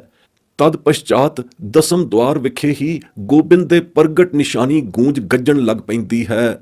ਗੋਬਿੰਦ ਨਗਾਰੇ ਦੀ ਇਹ ਗੂੰਜ ਅਤ ਸੁਰੀਲੀ ਅਤੇ ਮਸਤੀਲੀ ਹੁੰਦੀ ਹੈ, ਜੋ ਅਭਿਆਸੀ ਜਨ ਦੀ ਸੁਰਤੀ ਨੂੰ ਤਦਾਕਾਰ ਵਾਹਿਗੁਰੂ ਦੇ ਚਰਨਾਂ ਵਿੱਚ ਜੋੜੀ ਰੱਖਦੀ ਹੈ। ਹੋਰ ਪਾਸੇ ਮੋੜੀ ਮੁੜਦੀ ਨਹੀਂ। ਇੱਥੇ ਪੁੱਜ ਕੇ ਹੀ ਅਚਿੰਤ ਹਮਾਰਾ ਮਨ ਪਤਿਆਨਾ ਨਿਹਚਲ ਧਨੀ ਅਚਿੰਤ ਪਛਾਨਾ ਗੁਰਵਾਕ ਦੇ ਭਾਵ ਵਾਲੀ ਨਿਹਚਲ ਪਤਿਆਣੀ ਪਛਾਣ ਧਣੀ ਗੋਵਿੰਦ ਦੀ ਆਉਂਦੀ ਹੈ, ਜਿਸ ਨੂੰ ਪੇਖ ਪਛਾਣ ਕੇ ਮਨ ਵਿਗਸ ਕੇ ਪਤੀਜਦਾ ਹੈ ਅਤੇ ਆਨੰਦ ਵਿਗਸਾਓ ਵਿੱਚ ਡੁੱਲ ਪੈਂਦਾ ਹੈ। ਇਹ ਅਤ ਅਨੂਪਮੀ ਵਿਵਸਥਾ ਵੀ ਨਿਹਚਲ ਧਣੀ ਗੋਬਿੰਦ ਜੀ ਕਾਮੁਲ ਕਰੀਮ ਕਮਾਲੁਲ ਰਹੀਮ ਦੀ ਅਚਿੰਤ ਦਾਤ ਹੈ। ਤਤ ਜਾਣ ਪਛਾਣ ਵਾਲਾ ਪ੍ਰਚੰਡ ਵਿਵੇਕ ਗਿਆਨ ਇੱਥੇ ਹੀ ਉਪਜਦਾ ਹੈ ਅਤੇ ਅਚਿੰਤੇ ਹੀ ਉਪਜਦਾ ਹੈ। ਏਕੇ ਅਕਾਲ ਪੁਰਖ ਦੀ ਸੱਚੀ ਟੇਕ ਵਿਵੇਕੀ ਸਗਲ ਵਿਵੇਕ ਟੇਕੀ ਸਦਾ ਦਰਸ ਪਰਸਨੀ ਪਾਰਸ ਵਸਤੂ ਅਚਿੰਤੇ ਹੀ ਆ ਹੱਥ ਚੜ੍ਹਦੀ ਹੈ। ਇਹ ਅਤਵਡ ਭਾਗਾ ਧੁਰ ਦਾ ਲੇਖ ਪ੍ਰਭੂ ਪਰਮਾਤਮਾ ਅਚਿੰਤੇ ਹੀ ਆਪਣੇ ਫਜ਼ਲ ਕਰਮ ਦੁਆਰਾ ਆਪਣੇ ਫਜ਼ਲ ਪਾਤਰੀ ਜਨ ਦੇ ਮਸਤਕ ਉੱਤੇ ਲਿਖ ਦਿੰਦਾ ਹੈ। ਜਾਂ ਤੇ ਅਚਿੰਤ ਮਿਲਿਓ ਪ੍ਰਭ ਠਾਕੁਰ ਏਕ ਦਰਸ ਪਰਸ ਪੁਜਾਰੀ ਨੂੰ ਸਪੇਖਸ਼ ਦਰਸ਼ਨ ਚੁਲੰਬਲੀ ਜੋਤ ਜੁਲ ਜੁਲਾਲੀ ਹੁਸਨਲ ਜਮਾਲੀ ਇੱਕੋ ਇੱਕ ਪੂਜੈ ਪ੍ਰੀਤਮ ਪਰਮਾਤਮ ਦੇਵ ਦਾ ਵਸਲ ਵਸਾਲ ਇਉਂ ਅਚਿੰਤੇ ਹੀ ਉਸ ਦੇ ਫਜ਼ਲ ਕਮਾਲ ਦੀ ਬਰਕਤ ਨਾਲ ਮਿਲਿਆ ਹੋਇਆ ਹੈ। ਅਚਿੰਤ ਪ੍ਰਭੂ ਧੁਰ ਲਿਖਿਆ ਲੇਖ ਅਚਿੰਤ ਮਿਲਿਓ ਪ੍ਰਭ ਠਾਕੁਰ ਏਕ ਵਾਲੀ ਮਹਿਰਮਤ ਜਦ ਸੰਪੂਰਨਤਾ ਸਹਿਤ ਆਏ ਨਾਜ਼ਲ ਹੁੰਦੀ ਹੈ, ਤਦ ਚਿੰਤ ਅਚਿੰਤਾ ਸਗਲੀ ਗਈ ਪ੍ਰਭ ਨਾਨਕ ਨਾਨਕ ਨਾਨਕ ਮਈ ਦੀ ਧੁਨੀ ਵਾਲੇ ਸੁਹਲੇ ਮਹਿਰਮਤੀ ਨਦ੍ਰਿਸ਼ਟਾ ਜਨ ਗਾਉਂਦਾ ਥੱਕਦਾ ਨਹੀਂ, ਗਾਈ ਜਾਂਦਾ ਹੈ। ਧੰਨ ਪ੍ਰਭੂ ਪਰਮਾਤਮਾ ਰੂਪ ਗੁਰੂ ਨਾਨਕ ਧੰਨ ਤੇਰੀ ਦਇਆ ਮਇਆ, ਜਿਸ ਦੇ ਮਇਆ ਮਈ ਫਜ਼ਲ ਕਰਮ ਦੇ ਨਾਲ ਇਹ ਨਿਸ਼ਚਲ ਅਬਦੀ ਵਿਵਸਥਾ ਪ੍ਰਾਪਤ ਭਈ ਅਤੇ ਅਚਿੰਤ ਹੀ ਸਗਲੀ ਚੜੀ ਚਿੰਤਾ ਉੱਡ ਗਈ। ਮਈ ਦੇ ਅਰਥ ਇੱਥੇ ਮਇਆ ਮਹਿਰਮਤ ਦੇ ਹਨ। ਮਇਆ ਦਇਆ ਫਜ਼ਲ ਇੱਕੋ ਅਰਥ ਵਿੱਚ ਹੈ। ਗੁਰੂ ਨਾਨਕ ਦੀ ਵਾਹਿਗੁਰੂ ਰੂਪ ਸਤਿਗੁਰੂ ਨਾਨਕ ਦੀ ਖਾਸ ਵਾਹਿਗੁਰੂ ਪ੍ਰਭੂ ਪਰਮਾਤਮਾ ਦੀ ਮਇਆ ਮਹਿਰਮਤ ਹੋਈ। ਮਇਆ ਭਈ ਤਾਂ ਚਿੰਤ ਅਚਿੰਤਾ ਸਗਲੀ ਗਈ। ਗੁਰੂ ਨਾਨਕ ਗੁਰੂ ਕਰਤਾਰ ਮਇਆਵੰਤ ਦਇਆਵੰਤ ਹੋਏ, ਦਇਆਲ ਕਿਰਪਾਲ ਹੋਏ ਤਾਂ ਸਗਲ ਚਿੰਤ ਅਚਿੰਤਾ ਹੋ ਕੇ ਕਾਫੂਰ ਹੋ ਗਈ, ਫੰਗ ਲਾ ਕੇ ਉੱਡ ਗਈ। ਇਸ ਪਦ ਮਈ ਦੇ ਮਇਆ ਫਜ਼ਲ ਵਾਲੇ ਅਰਥ ਹੀ ਇਸ ਗੁਰਪੰਕਤੀ ਵਿੱਚ ਹਨ। ਗੋਬਿੰਦ ਗੋਬਿੰਦ ਗੋਬਿੰਦ ਮਈ ਵਾਹਿਗੁਰੂ ਦੀ ਫਜ਼ਲ ਕਰਮੀ ਮਿਹਰਮਤਾ ਤੇ ਸੁਪਰਸੰਨ ਹੋ ਕੇ ਨਿਹਾਲ ਨਿਹਾਲ ਹੋ ਕੇ 3 ਵਾਰ ਗੋਬਿੰਦ ਗੋਬਿੰਦ ਗੋਬਿੰਦ ਧਨਤਾ ਸਹਿਤ ਉਚਾਰਿਆ ਹੈ। जैसे कि धनता सहित ही निहाल सुप्रसन्न होके नानक नानक नानक उच्चारिया गया है। गोबिंद गोबिंद गोबिंद मई, जब ते भेटे साध दयारा, तब ते दुरमत दूर भई। ਗੋਬਿੰਦ ਵਾਹਿਗੁਰੂ ਦੀ ਦਇਆ ਮਇਆ ਨਾਲ ਦਇਆਲੂ ਸਤਿਗੁਰੂ ਰੂਪੀ ਸਾਧ ਦਾ ਭੇਟਣਾ ਹੋਇਆ ਅਤੇ ਜਦੋਂ ਤੋਂ ਗੁਰੂ ਨਾਨਕ ਸਰੂਪਾ ਸੱਚੇ ਸਾਧੂ ਸਤਿਗੁਰੂ ਦਾ ਧਾਰਨਾ ਨਸੀਬ ਹੋਇਆ, ਤਬ ਤੇ ਨਿਗੁਰਾਪਣ ਸਾਕਤਪੁਣਾ ਸਭ ਦੂਰ ਹੋ ਗਿਆ ਅਤੇ ਦੁਰਮਤ ਮਤ ਵੀ ਦੂਰ ਹੋ ਗਈ। ਗੁਰਮਤ ਧਾਰਨ ਕਰਨ ਦੇ ਪ੍ਰਤਾਪ ਨਾਲ ਸ੍ਰੀ ਗੁਰੂ ਗੋਬਿੰਦ ਦੇ ਮਇਆਵੰਤ ਹੋਣ ਦਾ ਫਜ਼ਲ ਕਰਮੀ ਫਲ ਅਪਰ ਅਪਾਰ ਹੈ। ਬਖਸ਼ਿਸ਼, ਰਹਿਮਤ, ਮਿਹਰਮਤ ਫਜ਼ਲ ਦੇ ਲਗਭਗੀ ਅਰਥਾਂ ਵਾਲਾ ਅਗਲਾ ਕਾਂਡ ਨਦਰ ਕਰਮ ਦਾ ਹੈ, ਜੋ ਗੁਰ ਪ੍ਰਮਾਣਾ ਸਹਿਤ ਗੁਰਮਤ ਕਰਮ ਫਿਲਾਸਫੀ ਭਾਵ ਗੁਰਮਤ ਸਿਧਾਂਤਨੀ ਕਰਮ ਫਿਲਾਸਫੀ ਵਿੱਚ ਨਿਰਣਿਤ ਹੋਣਾ ਅਤ ਜ਼ਰੂਰੀ ਹੈ। ਸੋ ਅੱਗੇ ਹੁਣ ਇਸ ਦਾ ਨਿਰਣਾ ਆਰੰਭਦੇ ਹਾਂ। ਨਦਰ ਗੁਰਮਤ ਅੰਦਰ ਕੇਵਲ ਕਰਮਾਂ ਦੇ ਕਰਨ ਕਰਕੇ ਹੀ ਪਰਮ ਪਦ ਨੂੰ ਨਹੀਂ ਪੁੱਗ ਖਲੋਈਦਾ। ਇਸ ਦੇ ਨਾਲ ਨਦਰਾਲੂ ਵਾਹਿਗੁਰੂ ਦੀ ਨਦਰ ਦੀ ਅਵਸ਼ ਲੋੜ ਹੈ, ਲਾਜ਼ਮੀ ਤੌਰ ਤੇ ਲੋੜ ਹੈ। ਇੱਥੋਂ ਤਾਈਂ ਕਿ ਵਾਹਿਗੁਰੂ ਦੇ ਫਜ਼ਲ ਨਾਲ ਗੁਰੂ ਕਰਤਾਰ ਦੀ ਰਹਿਮਤ ਦੁਆਰਾ ਪ੍ਰਾਪਤ ਹੋਏ ਨਾਮ ਦਾ ਅਭਿਆਸਤ ਕਰਮ ਅਰਥਾਤ ਅਭਿਆਸ ਕਮਾਈ ਵਾਲਾ ਸਭ ਤੋਂ ਸ੍ਰੇਸ਼ਟ ਅਤੇ ਸਰਬੋਤਮ ਕਰਮ ਵੀ ਉਦੋਂ ਤਾਈਂ ਤੋੜ ਨਹੀਂ ਨਿਭਦਾ ਜਦੋਂ ਤਾਈਂ ਨਾਲੋਂ ਨਾਲ ਨਦਰਾਲੂ ਦਾਤੇ ਦੀ ਨਦਰ ਉੱਤੇ ਟੇਵ ਟੇਕ ਨਾ ਰੱਖੀ ਜਾਵੇ। ਨਿਰੇ ਨਿਜ ਅਭਿਆਸ ਦੀ ਕਮਾਈ ਤੇ ਸ਼ਾਕਰ ਹੋਇਆਂ ਪ੍ਰੇਮ ਪਦ ਨੂੰ ਨਹੀਂ ਪੁੱਜੀਦਾ। ਧੁਰ ਦੀ ਮੰਜ਼ਲ ਤੇ ਤੋੜ ਪੁੱਜਣ ਲਈ ਪੈਰੋ ਪੈਰ ਕਰਮ ਫਲ ਪ੍ਰਦਾਤੇ ਨਦਰੀ ਵਾਹਿਗੁਰੂ ਦੀ ਨਦਰ ਉੱਤੇ ਡੋਰੀ ਰੱਖਣੀ ਪਰਮ ਲਾਜ਼ਮੀ ਹੈ। ਇੱਕ ਦੂ ਜੀਭੋਂ ਲੱਖ ਹੋਏ, ਲੱਖ ਹੋਵੇਂ ਲੱਖ 20, ਲੱਖ ਲੱਖ ਗੇੜਾ ਆਖੀਆਂ, ਏਕ ਨਾਮ ਜਗਦੀਸ਼, ਏਤ ਰਾਹ ਪਤ ਪਵੜੀਆਂ, ਚੜ੍ਹਿਆ ਹੋਏ 21, ਸੁਣ ਗੱਲਾਂ ਆਕਾਸ਼ ਕੀ, ਕੀਟਾਂ ਆਈ ਰੀਸ, ਨਾਨਕ ਨਦਰੀ ਪਾਈਐ, ਕੂੜੀ ਕੂੜੈ ਠੀਸ। ਜਪਜੀ ਸਾਹਿਬ। ਇਸ ਗੁਰਵਾਕ ਅੰਦਰ ਜਿੱਥੇ ਇੱਕੋ ਗੁਰਮਤ ਨਾਮ ਦੇ ਅਤੁੱਟ ਅਭਿਆਸ ਦੀ ਅਥਾਹ ਕਮਾਈ ਦਾ ਦ੍ਰਿੜੰਗਮਤ ਉਪਦੇਸ਼ ਉਪਦੇਸ਼ਿਆ ਹੋਇਆ ਹੈ, ਤਿੱਥੇ ਇਹ ਵੀ ਨਾਲੇ ਹੀ ਨਿਰੂਪਣ ਕਰਾ ਦਿੱਤਾ ਗਿਆ ਹੈ ਕਿ ਭਾਵੇਂ ਕਿਤਨੀ ਹੀ ਅਥਾਹ ਕਮਾਈ ਕੀਤੀ ਜਾਵੇ, ਨਦਰੀ ਵਾਹਿਗੁਰੂ ਦੀ ਨਦਰ ਮੇਰ ਬਿਨਾ ਥਾਂ ਨਹੀਂ ਪੈਂਦੀ। ਅਤੁੱਟ ਕਮਾਈ ਦੀ ਅਥਾਹਤਾ ਇੱਕ ਜੀਭ ਤੋਂ ਲੱਖ ਜੀਬਾਂ ਹੋਣ, ਲੱਖ ਜੀਬਾਂ ਤੋਂ ਵੀ 20 ਲੱਖ ਜੀਬਾਂ ਹੋ ਜਾਣ, ਫਿਰ ਇਹਨਾਂ 20 ਲੱਖ ਜੀਬਾਂ ਤੋਂ ਹਰ ਜੀਭ ਤੋਂ ਲੱਖ ਲੱਖ ਵਾਰ ਇੱਕ ਨਾਮ ਵਾਹਿਗੁਰੂ ਦਾ ਲਗਾਤਾਰ ਜਪਿਆ ਜਾਵੇ। ਲੱਖਾਂ ਜੀਬਾਂ ਲੱਖ 20 ਲੱਖ ਹੋ ਕੇ ਲੱਖ ਲੱਖ ਵਾਰ ਵਾਹਿਗੁਰੂ ਦੇ ਨਾਮ ਜਪਣ ਦੀ ਅਤੁੱਟ ਅਤੇ ਅਥੱਕ ਅਭਿਆਸ ਕਮਾਈ ਕਰਨ, ਪਰ ਕਮਾਈ ਕਰਦੇ ਹੋਏ ਨਦਰੀ ਵਾਹਿਗੁਰੂ ਦੀ ਨਦਰ ਮੇਰ ਉੱਤੇ ਡੋਰੀ ਅਭਿਆਸੀ ਜਾਂਦੀ ਹੋਵੇ। ਕੇਵਲ ਇਹੋ ਗੱਲ ਹੈ, ਇਸੇ ਰਾਹ ਮਾਰਗ ਤੇ ਚੱਲ ਕੇ ਹੀ ਪਤੀ ਪਰਮੇਸ਼ਰ ਦੀ ਪ੍ਰਾਪਤੀ ਦੀ ਪ੍ਰਤਿਸ਼ਠਿਤ ਪੌੜੀਆਂ ਦੇ ਸਿਖਰਲੇ ਡੰਡੇ ਤੇ ਜਾ ਚੜੀਦਾ ਹੈ। ਇਸੇ ਗੁਰਮਤ ਪ੍ਰੇਮਾ ਭਗਤੀ ਬਿਨਾ ਹੋਰ ਕੋਈ ਰਾਹ ਵਸੀਲਾ ਪਰਮਾਤਮਾ ਨੂੰ ਪਾਉਣ ਮਿਲਣ ਦਾ ਨਹੀਂ। ਐਵੇਂ ਭਾਵੇਂ ਕੋਈ ਕਿਵੇਂ ਗੁਰਮੁਖ ਭਗਤ ਜਨਾਂ ਦੀ ਰੀਸ ਕਰਨ ਦੀਆਂ ਡੀਂਗਾਂ ਮਾਰਦਾ ਫਿਰੇ, ਇਹ ਰੀਸ ਅਜਿਹੀ ਹੈ ਜਿਵੇਂ ਕੀੜਿਆਂ ਪਤੰਗਿਆਂ ਦੀ ਆਕਾਸ਼ ਦੀਆਂ ਉਚਾਈਆਂ ਤੇ ਉੱਡਣ ਵਾਲੇ ਅਨਲ ਪੰਛੀ ਦੀ ਰੀਸ ਹੋਵੇ। ਤਿਵੇਂ ਹੀ ਨੀਚਾ ਨੀਚ ਕਰਮੀਆਂ ਆਹੰਗ ਮਤ ਕਰਨ ਹਾਰਿਆਂ ਦੀ ਕੁੜਾਵੀ ਰੀਸ ਹੈ ਧੁਰ ਪੁੱਗਣ ਵਾਲੇ ਨਦ੍ਰਿਸ਼ਟੇ ਗੁਰਮੁਖ ਜਨਾਂ ਦੀ ਬਰਾਬਰੀ ਕਰਨ ਦੀ। ਉਹ ਕਦੇ ਉਹਨਾਂ ਦੀ ਬਰਾਬਰੀ ਨਹੀਂ ਕਰ ਸਕਦੇ। ਵਾਹਿਗੁਰੂ ਨੂੰ ਤਾਂ ਉਸ ਦੀ ਨਦਰ ਮੇਰ ਨਾਲ ਹੀ ਪਾਈਦਾ ਹੈ। ਜਿਨ੍ਹਾਂ ਗੁਰਮੁਖਾਂ ਉੱਤੇ ਨਦਰਾਲੂ ਦੀ ਨਦਰ ਹੋਈ ਹੈ, ਉਹੀ ਪਰਮਾਤਮ ਪ੍ਰਾਪਤੀ ਦੇ ਪਾਤਰ ਹਨ। ਪਹਿਲਾਂ ਤਾਂ ਗੁਰਮਤ ਨਾਮ ਦੀ ਪ੍ਰਾਪਤੀ ਹੀ ਨਦਰਾਂ ਮੇਰਾਂ ਨਾਲ ਹੁੰਦੀ ਹੈ। ਫਿਰ ਜਿਹੜੇ ਗੁਰਮੁਖ ਜਨ ਵਾਹਿਗੁਰੂ ਨਾਮ ਦੇ ਅਨਨ ਅਭਿਆਸੀ ਹਨ, ਉਹਨਾਂ ਦਾ ਅਨਨ ਅਭਿਆਸ ਕਰਮ ਹੀ ਵਾਹਿਗੁਰੂ ਨਦਰਾਲੂ ਦੀ ਤੁੱਠੀ ਨਦਰ ਨਦਰਾਵਣ ਦਾ ਕਾਰਨ ਬਣਦਾ ਹੈ। ਤਾਂ ਤੇ ਉਸ ਦੀਆਂ ਨਦਰਾਂ ਦੁਆਰਾ ਹੀ, ਨਦਰ ਕਰਮੀ ਦ੍ਰਿਸ਼ਟ ਕਿਸਮਤਾਂ ਦੁਆਰਾ ਹੀ ਉਸ ਨੂੰ ਪਾਈਦਾ ਹੈ। ਕੂੜੀਆਂ ਰੀਸ ਡੀਂਗਾਂ ਮਾਰਨ ਹਾਰੇ ਦੀ ਕੂੜੀ ਹੀ ਠੀਸ ਡੀਂਗ ਗੱਪੀਸ ਹੈ। ਕੂੜੀਆਂ ਗੱਪਾਂ ਮਾਰਿਆਂ ਕੀ ਬਣਦਾ ਹੈ? ਗੱਪ ਠੀਸ ਤਾਂ ਨਿਰੀ ਰੀਸ ਠਗੀਸ ਹੀ ਹੈ। ਪ੍ਰੀਤਮ ਦੀ ਦਰਗਾਹ ਵਿੱਚ ਪਤ ਪ੍ਰਤਿਸ਼ਠਾ ਸੇਤੀ ਪਹਿਦੇ ਜਾਣ ਦਾ ਸਿਰੋਂ ਪਾਉ ਰੂਪੀ ਕਪੜਾ ਉੱਪਰ ਦਰਸਾਈ ਗੁਰਮਤਿ ਨਾਮ ਅਭਿਆਸ ਕਮਾਈ ਰੂਪੀ ਗੁਰਮਤਿ ਸਚੜੇ ਕਰਮ ਕੀਤਿਆਂ ਹੀ ਮਿਲਦਾ ਹੈ। ਇਤ ਬਿਧ ਹੀ ਇਸ ਅਧਿਆਤਮ ਕਰਮ ਕਰਨਹਾਰੇ ਤੇ ਨਦਰਾਲੂ ਦੀ ਨਦਰ ਮੇਰ ਹੁੰਦੀ ਹੈ ਅਤੇ ਉਸ ਦੀਆਂ ਨਦਰਾਂ ਨਾਲ ਹੀ ਨਦਰ ਕਰਮੀ ਨੂੰ ਮੋਖ ਦੁਆਰਾ ਮਿਲਦਾ ਹੈ। ਕਰਮੀ ਆਵੈ ਕਪੜਾ ਨਦਰੀ ਮੋਖ ਦੁਆਰ। ਜਪਜੀ ਸਾਹਿਬ। ਅੰਮ੍ਰਿਤ ਵੇਲੇ ਦੇ ਸੱਚ ਨਾਮ ਰੂਪੀ ਵਡਿਆਈ ਦੇ ਅਭਿਆਸ ਕਮਾਈ ਰੂਪੀ ਵਿਚਾਰਨੇ ਕਰਮ ਹੀ ਅਭਿਆਸੀ ਜਨ ਨੂੰ ਵਾਹਿਗੁਰੂ ਦੀ ਨਦਰ ਦਾ ਪਾਤਰ ਬਣਾਉਂਦੇ ਹਨ, ਜਿਸ ਤੋਂ ਉਸ ਨੂੰ ਮੋਖ ਦੁਆਰ ਮਿਲਦਾ ਹੈ। ਹਰ ਜਸ ਸਿਫਤ ਸਲਾਹ ਨੂੰ ਛੱਡ ਕੇ ਫੋਕੀ ਆਪਣੀ ਵਡਿਆਈ ਦਾ ਜਸ ਕਰਾਉਣ ਹਾਰਿਆਂ, ਆਪਣੇ ਆਪ ਨੂੰ ਚੰਗਾ ਅਖਾਉਣ ਹਾਰਿਆਂ, ਚੰਗਾ ਨਾਉ ਧਰਾਉਣ ਹਾਰਿਆਂ ਉੱਤੇ ਨਦਰ ਨਹੀਂ ਹੁੰਦੀ ਅਤੇ ਨਦਰ ਬਿਨਾਂ ਉਹਨਾਂ ਦੀ ਬਾਤ ਕੋਈ ਨਹੀਂ ਪੁੱਛਦਾ। ਨਾ ਇੱਥੇ ਨਾ ਉੱਥੇ, ਨਾ ਇਸ ਲੋਕ ਵਿਖੇ ਨਾ ਪਰਲੋਕ ਵਿਖੇ।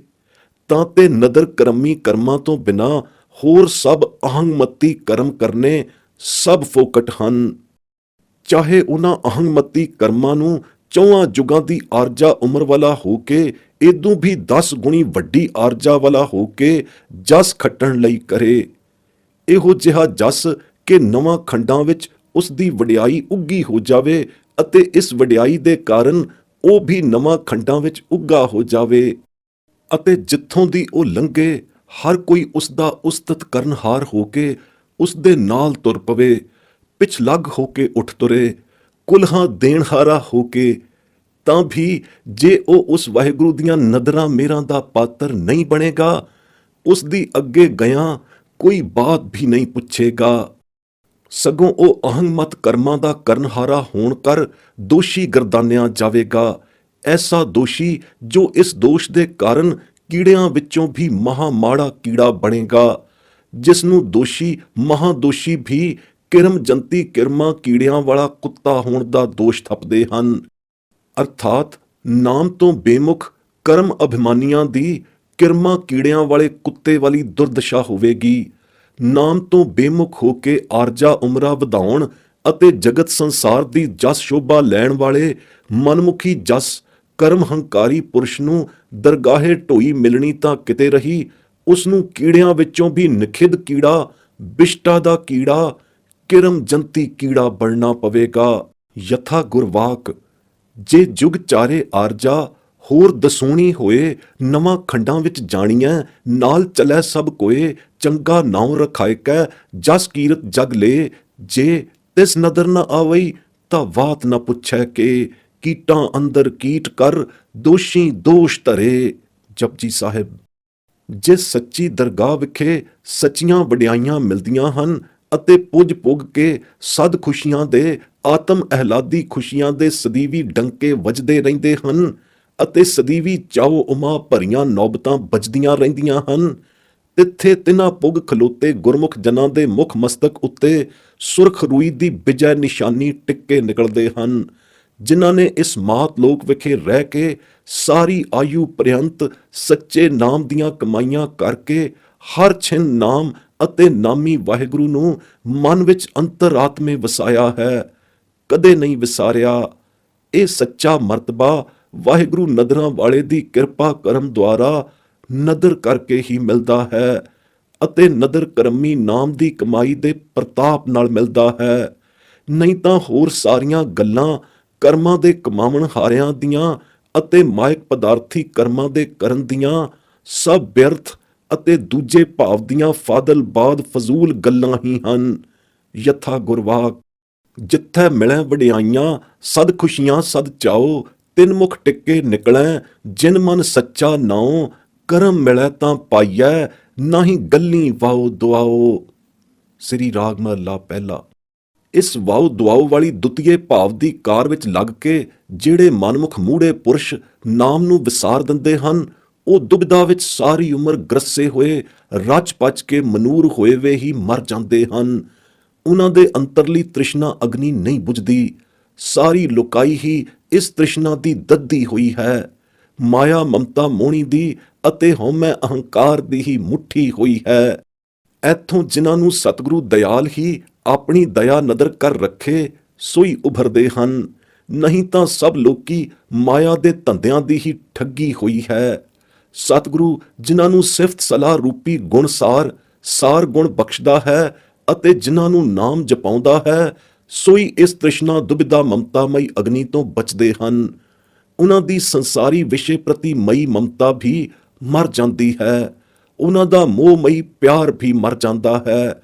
ਉਹਨਾਂ ਦੇ ਅੰਦਰੋਂ ਵੈਰ ਵਿਰੋਧ ਵੀ ਚਲਿਆ ਜਾਂਦਾ ਹੈ। ਉਹਨਾਂ ਦੀ ਧੰਦੇ ਧਾਵਨੀ ਰੁਚੀ ਵੀ ਮੁੱਕ ਚੁੱਕ ਜਾਂਦੀ ਹੈ। ਹਉਮੈ ਵੀ ਉਹਨਾਂ ਦੀ ਮਰ ਜਾਂਦੀ ਹੈ। ਮਾਇਆਵੀ ਮਮਤਾ ਭਰਿਆ ਕ੍ਰੋਧ ਜੁੱਸਾ ਵੀ ਖਤਮ ਹੋ ਜਾਂਦਾ ਹੈ।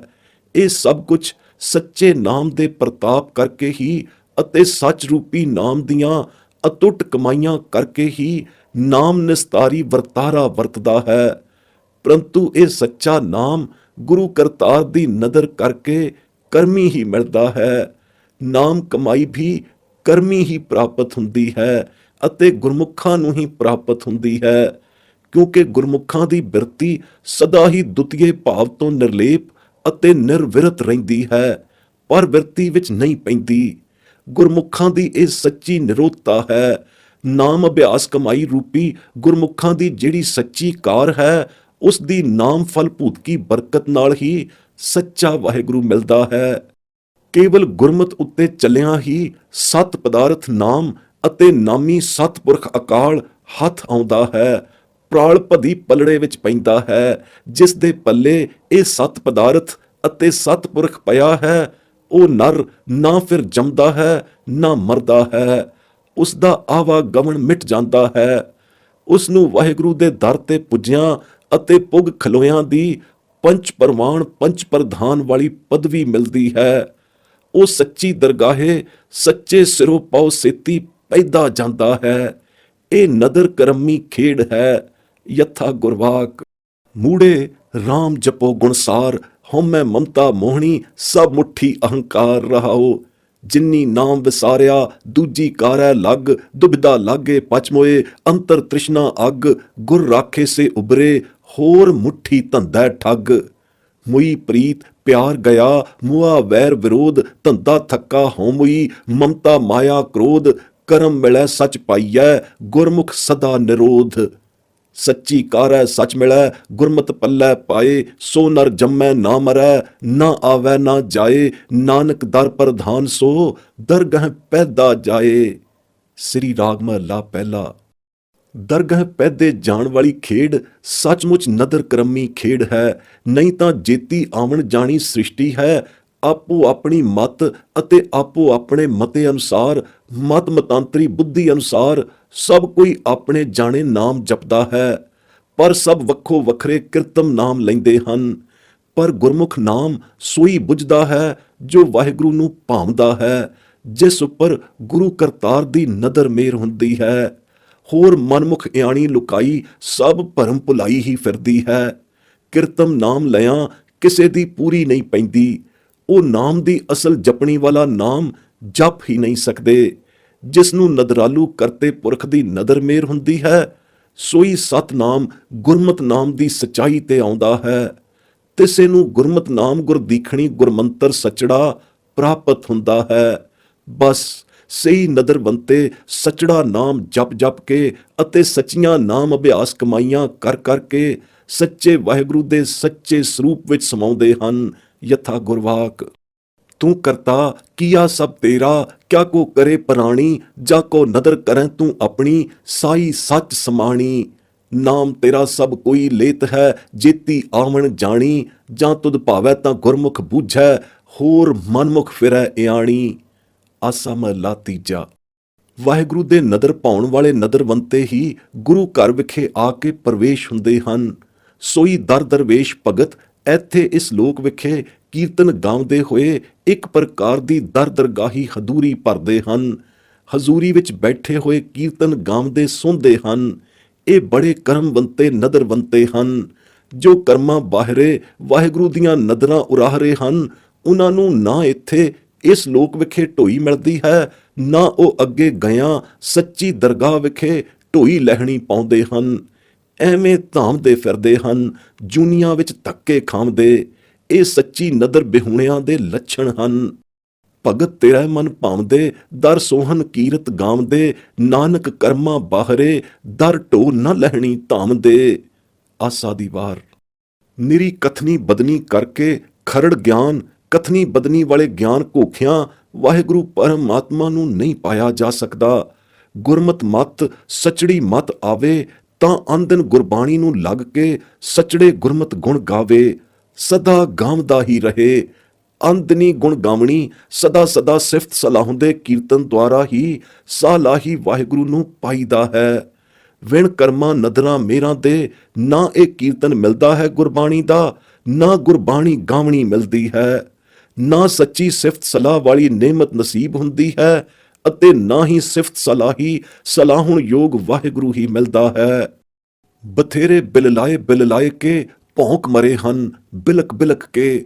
ਗੁਰੂ ਦੇ ਸ਼ਬਦ ਗੁਰਮੰਤਰ ਦੁਆਰਾ ਭਗਤੀ ਅਭਿਆਸ ਕੀਤਿਆਂ ਮਨ ਵੀ ਭਿੱਜਦਾ ਹੈ ਤੇ ਤਨ ਵੀ ਭਿੱਜਦਾ ਹੈ। ਇਉਂ ਤਨ ਮਨ ਭਿੱਜਿਆਂ ਭਗਤ ਵਛਲ ਵਾਹਿਗੁਰੂ ਆਪ ਨਦਰ ਕਰ ਆ ਵਸਦਾ ਹੈ। ਗੁਰੂ ਨਾਨਕ ਸਾਹਿਬ ਦੀ ਨਦਰ ਮਿਹਰ ਹੋਏ ਆਉਂਦੀ ਹੈ। ਨਦਰਾਲੂ ਪਿਤਾ ਪਰਮੇਸ਼ਰ ਆਪੇ ਹੀ ਆਪਣੀ ਨਦਰ ਕਰ ਆਏ ਮਿਲਦਾ ਹੈ, ਅਤੇ ਅੰਤਰਾਤਮੇ ਆਪ ਆਏ ਪ੍ਰਾਪਤ ਹੁੰਦਾ ਹੈ। ਪ੍ਰੀਤਮ ਪਰਮਾਤਮਾ ਯਥਾ ਗੁਰਵਾਕ। ਕਹਿ ਕਥਿਆ ਨਾ ਪਾਈਐ, ਅੰਦਨ ਰਹਿ ਸਦਾ ਗੁਣ ਗਾਏ। ਵਿਣ ਕਰਮੈ ਕਿਨਹਿ ਨਾ ਪਾਇਓ, ਭੌਂਕ ਮੁਏ ਬਿਲ ਲਾਏ। ਗੁਰ ਕੈ ਸ਼ਬਦ ਮਨ ਤਨ ਭਿੱਜੈ, ਆਪ ਵਸੈ ਮਨ ਆਏ। ਨਾਨਕ ਨਦਰੀ ਪਾਈਐ, ਆਪੇ ਲਏ ਮਿਲਾਏ। ਬਿਹਾਗੜੇ ਕੀ ਵਾਰ ਮਹਲਾ ਤੀਜਾ। ਜਦ ਉਸ ਦੀ ਨਦਰ ਮੇਰ ਹੁੰਦੀ ਹੈ ਤਾਂ ਆਪੇ ਆ ਮਿਲਦਾ ਹੈ।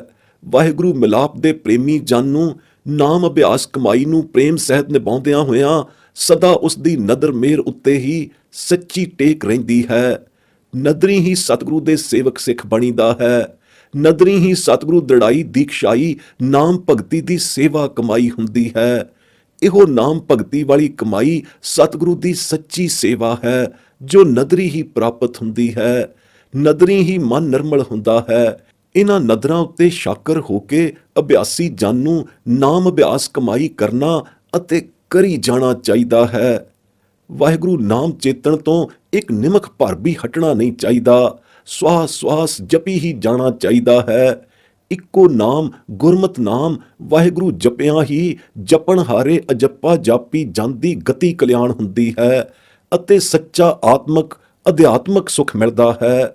ਐਸਾ ਅਬਦੀ ਸੁਖ ਮਿਲਦਾ ਹੈ ਕਿ ਫਿਰ ਮੂਲੋਂ ਹੀ ਕੋਈ ਦੁੱਖ ਨਹੀਂ ਵਿਆਪਦਾ।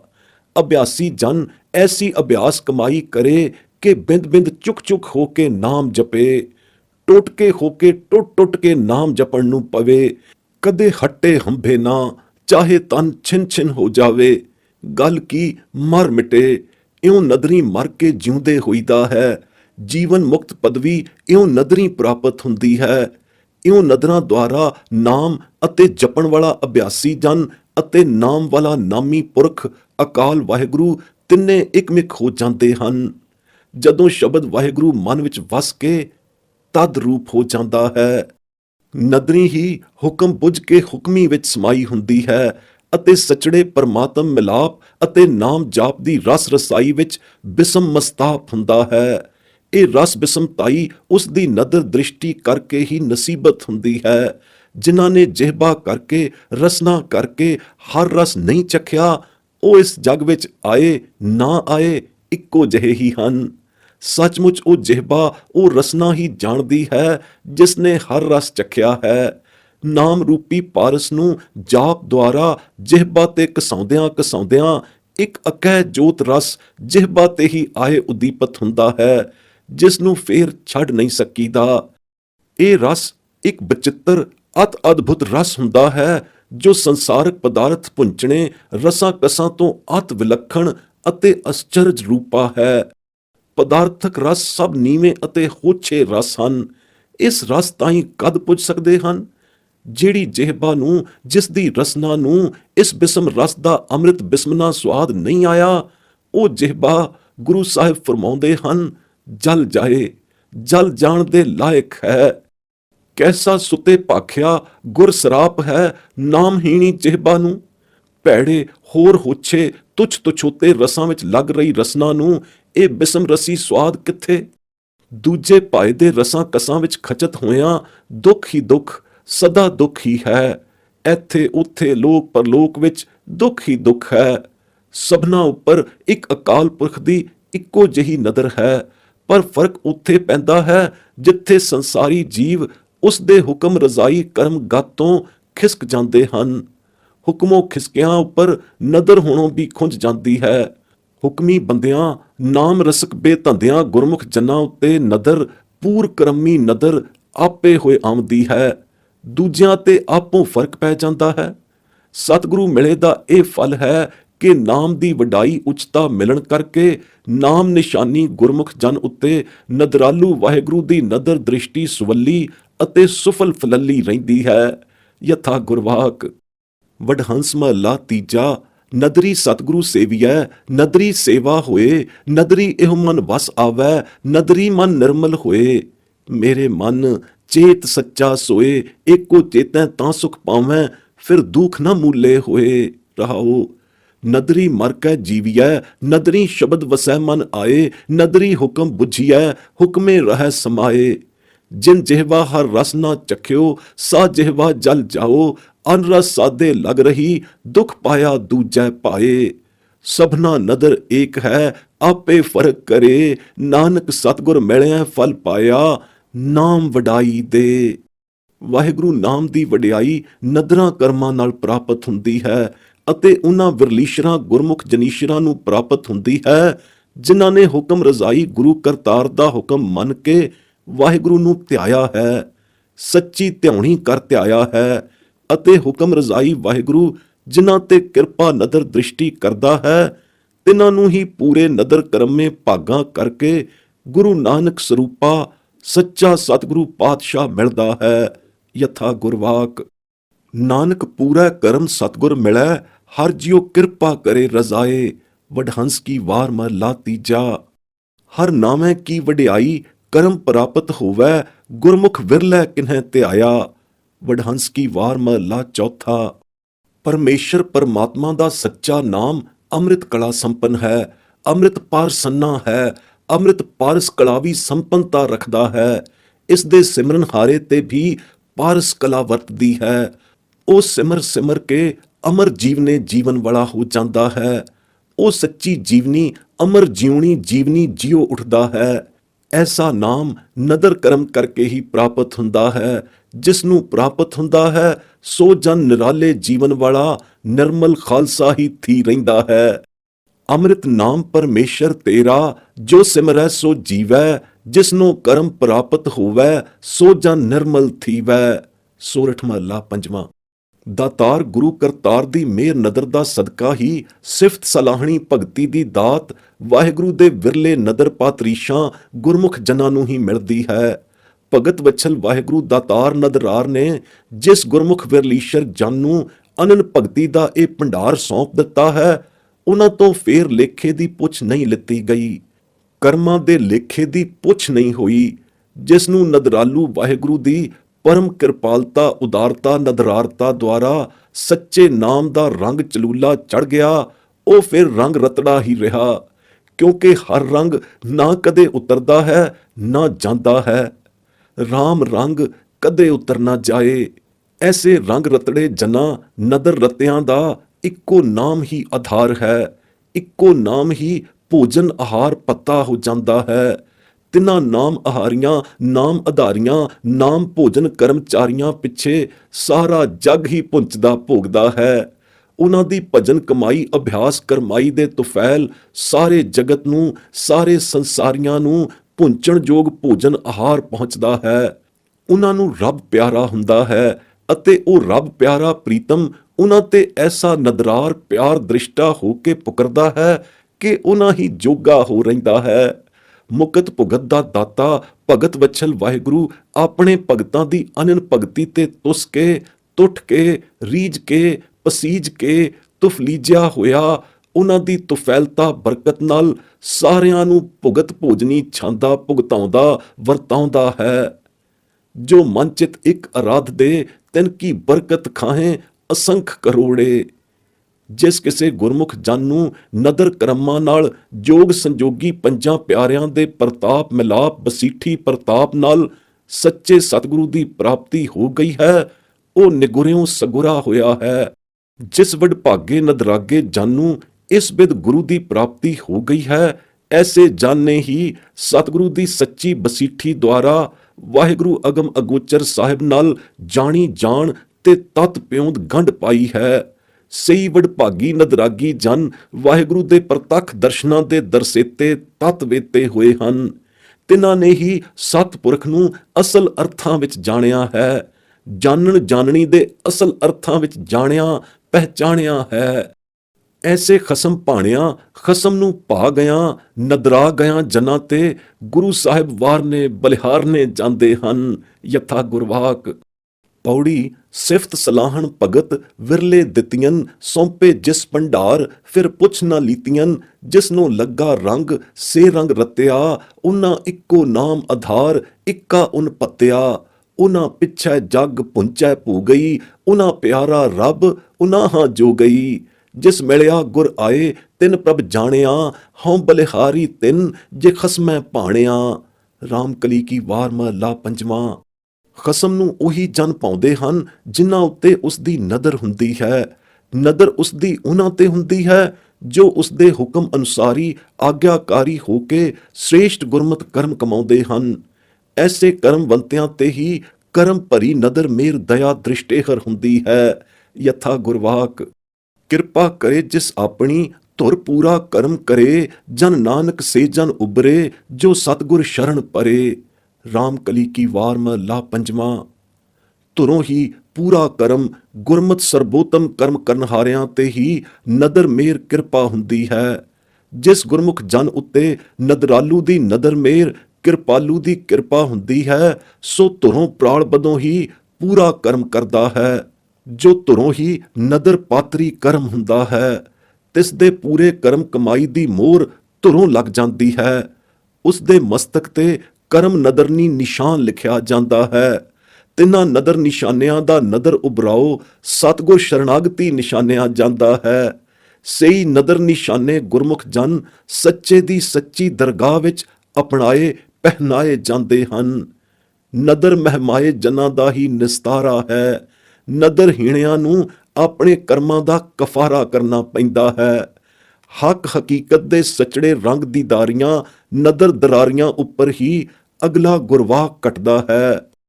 ਪੌੜੀ ਜੋ ਰੱਤੇ ਦੀਦਾਰ ਸਹੀ ਸੱਚ ਹਾਕ ਜਿਨੀ ਜਾਤਾ ਖਸਮ ਕਿਉ ਲੱਭੈ ਤਿੰਨਾ ਖਾਕ ਮਨ ਮੈਲਾ ਵੇਕਾਰ ਹੋਵੈ ਸੰਗ ਪਾਕ ਦਿਸੈ ਸੱਚਾ ਮੈਲ ਖੁੱਲੈ ਭਰਮ ਤਾਕ ਜਿਸੈ ਦਿਖਾਲੇ ਮਹੱਲ ਤਿਸ ਨਾ ਮਿਲੈ ਤਾਕ ਮਨ ਤਨ ਹੋਏ ਨਿਹਾਲ ਬਿੰਦਕ ਨਦਰ ਝਾਕ ਨੌਨਿਦ ਨਾਮ ਨਿਧਾਨ ਗੁਰ ਕੈ ਸ਼ਬਦ ਲਾਗ ਤਿਸੈ ਮਿਲੈ ਸੰਤ ਖਾਕ ਮਸਤਕ ਜਿਸੈ ਭਾਗ। ਰਾਮ ਕਲੀ ਕੀ ਵਾਰ ਮਹਲਾ ਪੰਜਵਾਂ। ਗੁਰੂ ਕੇ ਸ਼ਬਦ ਦੀ ਪਾਰਸ ਲਾਗ ਜਿਨ੍ਹਾਂ ਨੂੰ ਲੱਗ ਗਈ ਉਹਨਾਂ ਦੀ ਪਰਮਾਰਥਕ ਜਾਗ ਇੱਕ ਚੁੰਬਕ ਕਲਾ ਦੇ ਕ੍ਰਿਸ਼ਮੇ ਨਾਲ ਖੁੱਲ ਗਈ। ਸਫਲ ਕਮਾਈ ਦਾ ਸੁਫਲ ਫਲ ਮਿਲਦਾ ਹੈ। ਇਹ ਹੈ ਨਦਰ ਜੋ ਉੱਜਲ ਕਰਮਾਂ ਵਾਲੇ ਉੱਜਲ ਦੀਦਾਰਿਆਂ ਦੇ ਵਿਰਸੇ ਵਿੱਚ ਆਉਂਦੀ ਹੈ ਅਤੇ ਦੁੱਧ ਧੋਤੇ ਉੱਜਲ ਕਰਮਾਰੀਆਂ ਉੱਪਰ ਵਰਸਦੀ ਹੈ। ਨਦਰ ਦੇ ਹੱਕਦਾਰ ਹਕੀਕਤ ਵਿੱਚ ਸੋਈ ਹੋਏ ਹਨ ਜੋ ਅੰਤ ਨੂੰ ਸੱਚ ਹੱਕ ਖੁਦਾਏ ਦੇ ਦੀਦਾਰ ਵਿੱਚ ਰੱਤੇ ਜਾ ਕੇ ਉੱਥੇ ਹੀ ਮਜਜ਼ੂਬ ਹੋ ਗਏ। ਸਚੜੇ ਹੁਸਨਲ ਜਮਾਲ ਸਾਹਿਬ ਦੇ ਹੁਸਨ ਕਮਾਲ ਵਿੱਚ ਹੀ ਮਹਿਵ ਹੋ ਗਏ। ਕਰਮ ਨਦਰਾਰੀਆਂ ਨਦਰ ਕਰਮਾਰੀਆਂ ਨਾਮ ਰੰਗਾਰੀਆਂ ਰੰਗ ਦੀ ਦਾਰੀਆਂ ਦਾ ਰੱਬੀ ਇਸ਼ਕ ਹੀ ਇਸ਼ਕ ਹਕੀਕੀ ਹੈ। ਐਸੇ ਇਸ਼ਕ ਹਕੀਕਾਰੀਆਂ ਖਸਮ ਜਣਾਰੀਆਂ ਦੀ ਖਾਕ ਨੂੰ ਸੁਰਨਰ ਮੁੰਜਨ ਪਏ ਲੋਚਦੇ ਹਨ ਪਰ ਲੱਭਦੀ ਨਹੀਂ। ਤਿਨਾਂ ਦੇ ਸੰਗ ਮਿਲ ਕੇ ਵਿਕਾਰ ਕਰਮੀਆਂ ਦਾ ਵਿਕਾਰਾਂ ਨਾਲ ਮੈਲਾ ਹੋਇਆ ਵਿਆ ਮਨ ਪਾਕ ਹੋ ਜਾਂਦਾ ਹੈ। ਐਸਾ ਪਾਕ ਹੋ ਜਾਂਦਾ ਹੈ ਕਿ ਉਹਨਾਂ ਦੇ ਤਿਮਰ ਅਗਿਆਨ ਅੰਧੇਰ ਵਾਲੇ ਭਰਮ ਦੇ ਤਾਕ ਖੁੱਲ ਜਾਂਦੇ ਹਨ ਅਤੇ ਸੱਚੇ ਵਾਹਿਗੁਰੂ ਦਾ ਧੁਰ ਦਰਗਾਹੀ ਸੱਚਾ ਮੈਲ ਦਿਸਣ ਪ੍ਰਤੱਖ ਦਿਸਣ ਲੱਗ ਪੈਂਦਾ ਹੈ। ਜਿਸ ਨੂੰ ਇੱਕ ਵਾਰ ਆਪਣੀ ਨਦਰ ਕਰ ਮੈਲੀ ਵਾਹਿਗੁਰੂ ਆਪਣੇ ਮਹਿਲ ਦੀ ਝਾਕੀ ਆਪ ਪੁਆ ਦੇਵੇ ਉਸ ਨੂੰ ਫਿਰ ਉੱਥੋਂ ਧੱਕਣ ਵਾਲਾ ਮਹਿਲੋਂ ਕੱਢਣ ਵਾਲਾ ਕੋਈ ਨਹੀਂ ਜੰਮਿਆ। ਕਿਹਦਾ ਮਕਦੂਰ ਹੈ ਕਿ ਉਸ ਨੂੰ ਉੱਥੋਂ ਧਕੇਲ ਧੱਕੇ ਜਾਂ ਬਖਸ਼ੇ ਤਾਂ ਧੱਕਾ ਨਹੀਂ। ਬਖਸ਼ਿਆਂ ਹੋਇਆਂ ਨੂੰ ਕਦੇ ਧੱਕਾ ਨਹੀਂ ਮਿਲਦਾ, ਬਸ ਉਹ ਉੱਥੇ ਜੋਗੇ ਹੀ ਰਹਿ ਜਾਂਦੇ ਹਨ। ਬਿੰਦਕ ਨਦਰ ਝਾਕੀ ਪਾ ਕੇ ਉਹਨਾਂ ਦਾ ਮਨ ਤਨ ਨਿਹਾਲੋ ਨਿਹਾਲ ਹੋ ਜਾਂਦਾ ਹੈ। ਉਹ ਤਿਸੇ ਨਦਰ ਨਿਹਾਲਤਾ ਵਿੱਚ ਹੀ ਮੁਸਤਗਰਕ ਅਤੇ ਮਖਮੂਰੋ ਮਖਮੂਰ ਹੋ ਜਾਂਦੇ ਹਨ। ਗੁਰੂ ਨਾਨਕ ਸਾਹਿਬ ਨੇ ਸੱਚਖੰਡ ਪੁੱਜ ਕੇ ਸਿਖਰ ਦਰਬਾਰ ਤੋਂ ਦਿਵ ਦ੍ਰਿਸ਼ਟੀ ਦੁਆਰੇ ਸਾਰੇ ਖੰਡਾਂ ਬ੍ਰਹਮੰਡਾਂ ਵਿੱਚ ਚਾਰ ਚੁਫੇਰੇ ਨਜ਼ਰ ਮਾਰ ਕੇ ਦੇਖਿਆ ਤੇ ਅਜ਼ਮਾਇਆ ਤਾਂ ਕੀ ਦੇਖਿਆ ਅਜ਼ਮਾਇਆ? ਇਹ ਕਿ ਨਿਰਭਉ ਨਿਰੰਕਾਰ ਅਤੇ ਨਿਰਭਉ ਨਾਮ ਹੀ ਸਾਰ ਤਤ ਸੱਚ ਹੈ। ਇਸ ਸੱਚ ਅਤੇ ਸੱਚੇ ਦੀ ਸੂਝ-ਬੂਝ ਤੋਂ ਸਭ ਸ਼ੂਨ ਤੇ ਖਾਲੀ ਹਨ। ਸਭ ਆਕਾਰ ਮੰਡਲ ਵੀ ਇੱਕ ਅੱਖ ਦੇ ਫੋਰੇ ਵਿੱਚ ਵਿਥ-ਵਿਥ ਖੂੰਜੇ ਕੋਨੇ-ਕੋਨੇ ਵਿੱਚ ਫਿਰ ਕੇ ਦੇਖ ਲਏ। ਗਿਆਨੀਆਂ ਪੰਡਤਾਂ ਬੇਦ ਵਿਚਾਰੀਆਂ ਨੂੰ ਵੀ ਜੋ ਕੇ ਦੇਖ ਪੜਤਾਲ ਲਿਆ। ਦੇਵਾਂ ਮਾਨਸਾਂ ਜੋਧ ਅਵਤਾਰਾਂ ਨੂੰ ਵੀ ਅਜ਼ਮਾ ਢੂੰਡਿਆ। ਸਮਾਧੀਆਂ ਲਾਉਣ ਵਾਲੇ ਸਿੱਧਾਂ ਦੀ ਸੂਹ ਵੀ ਲੈ ਲਈ।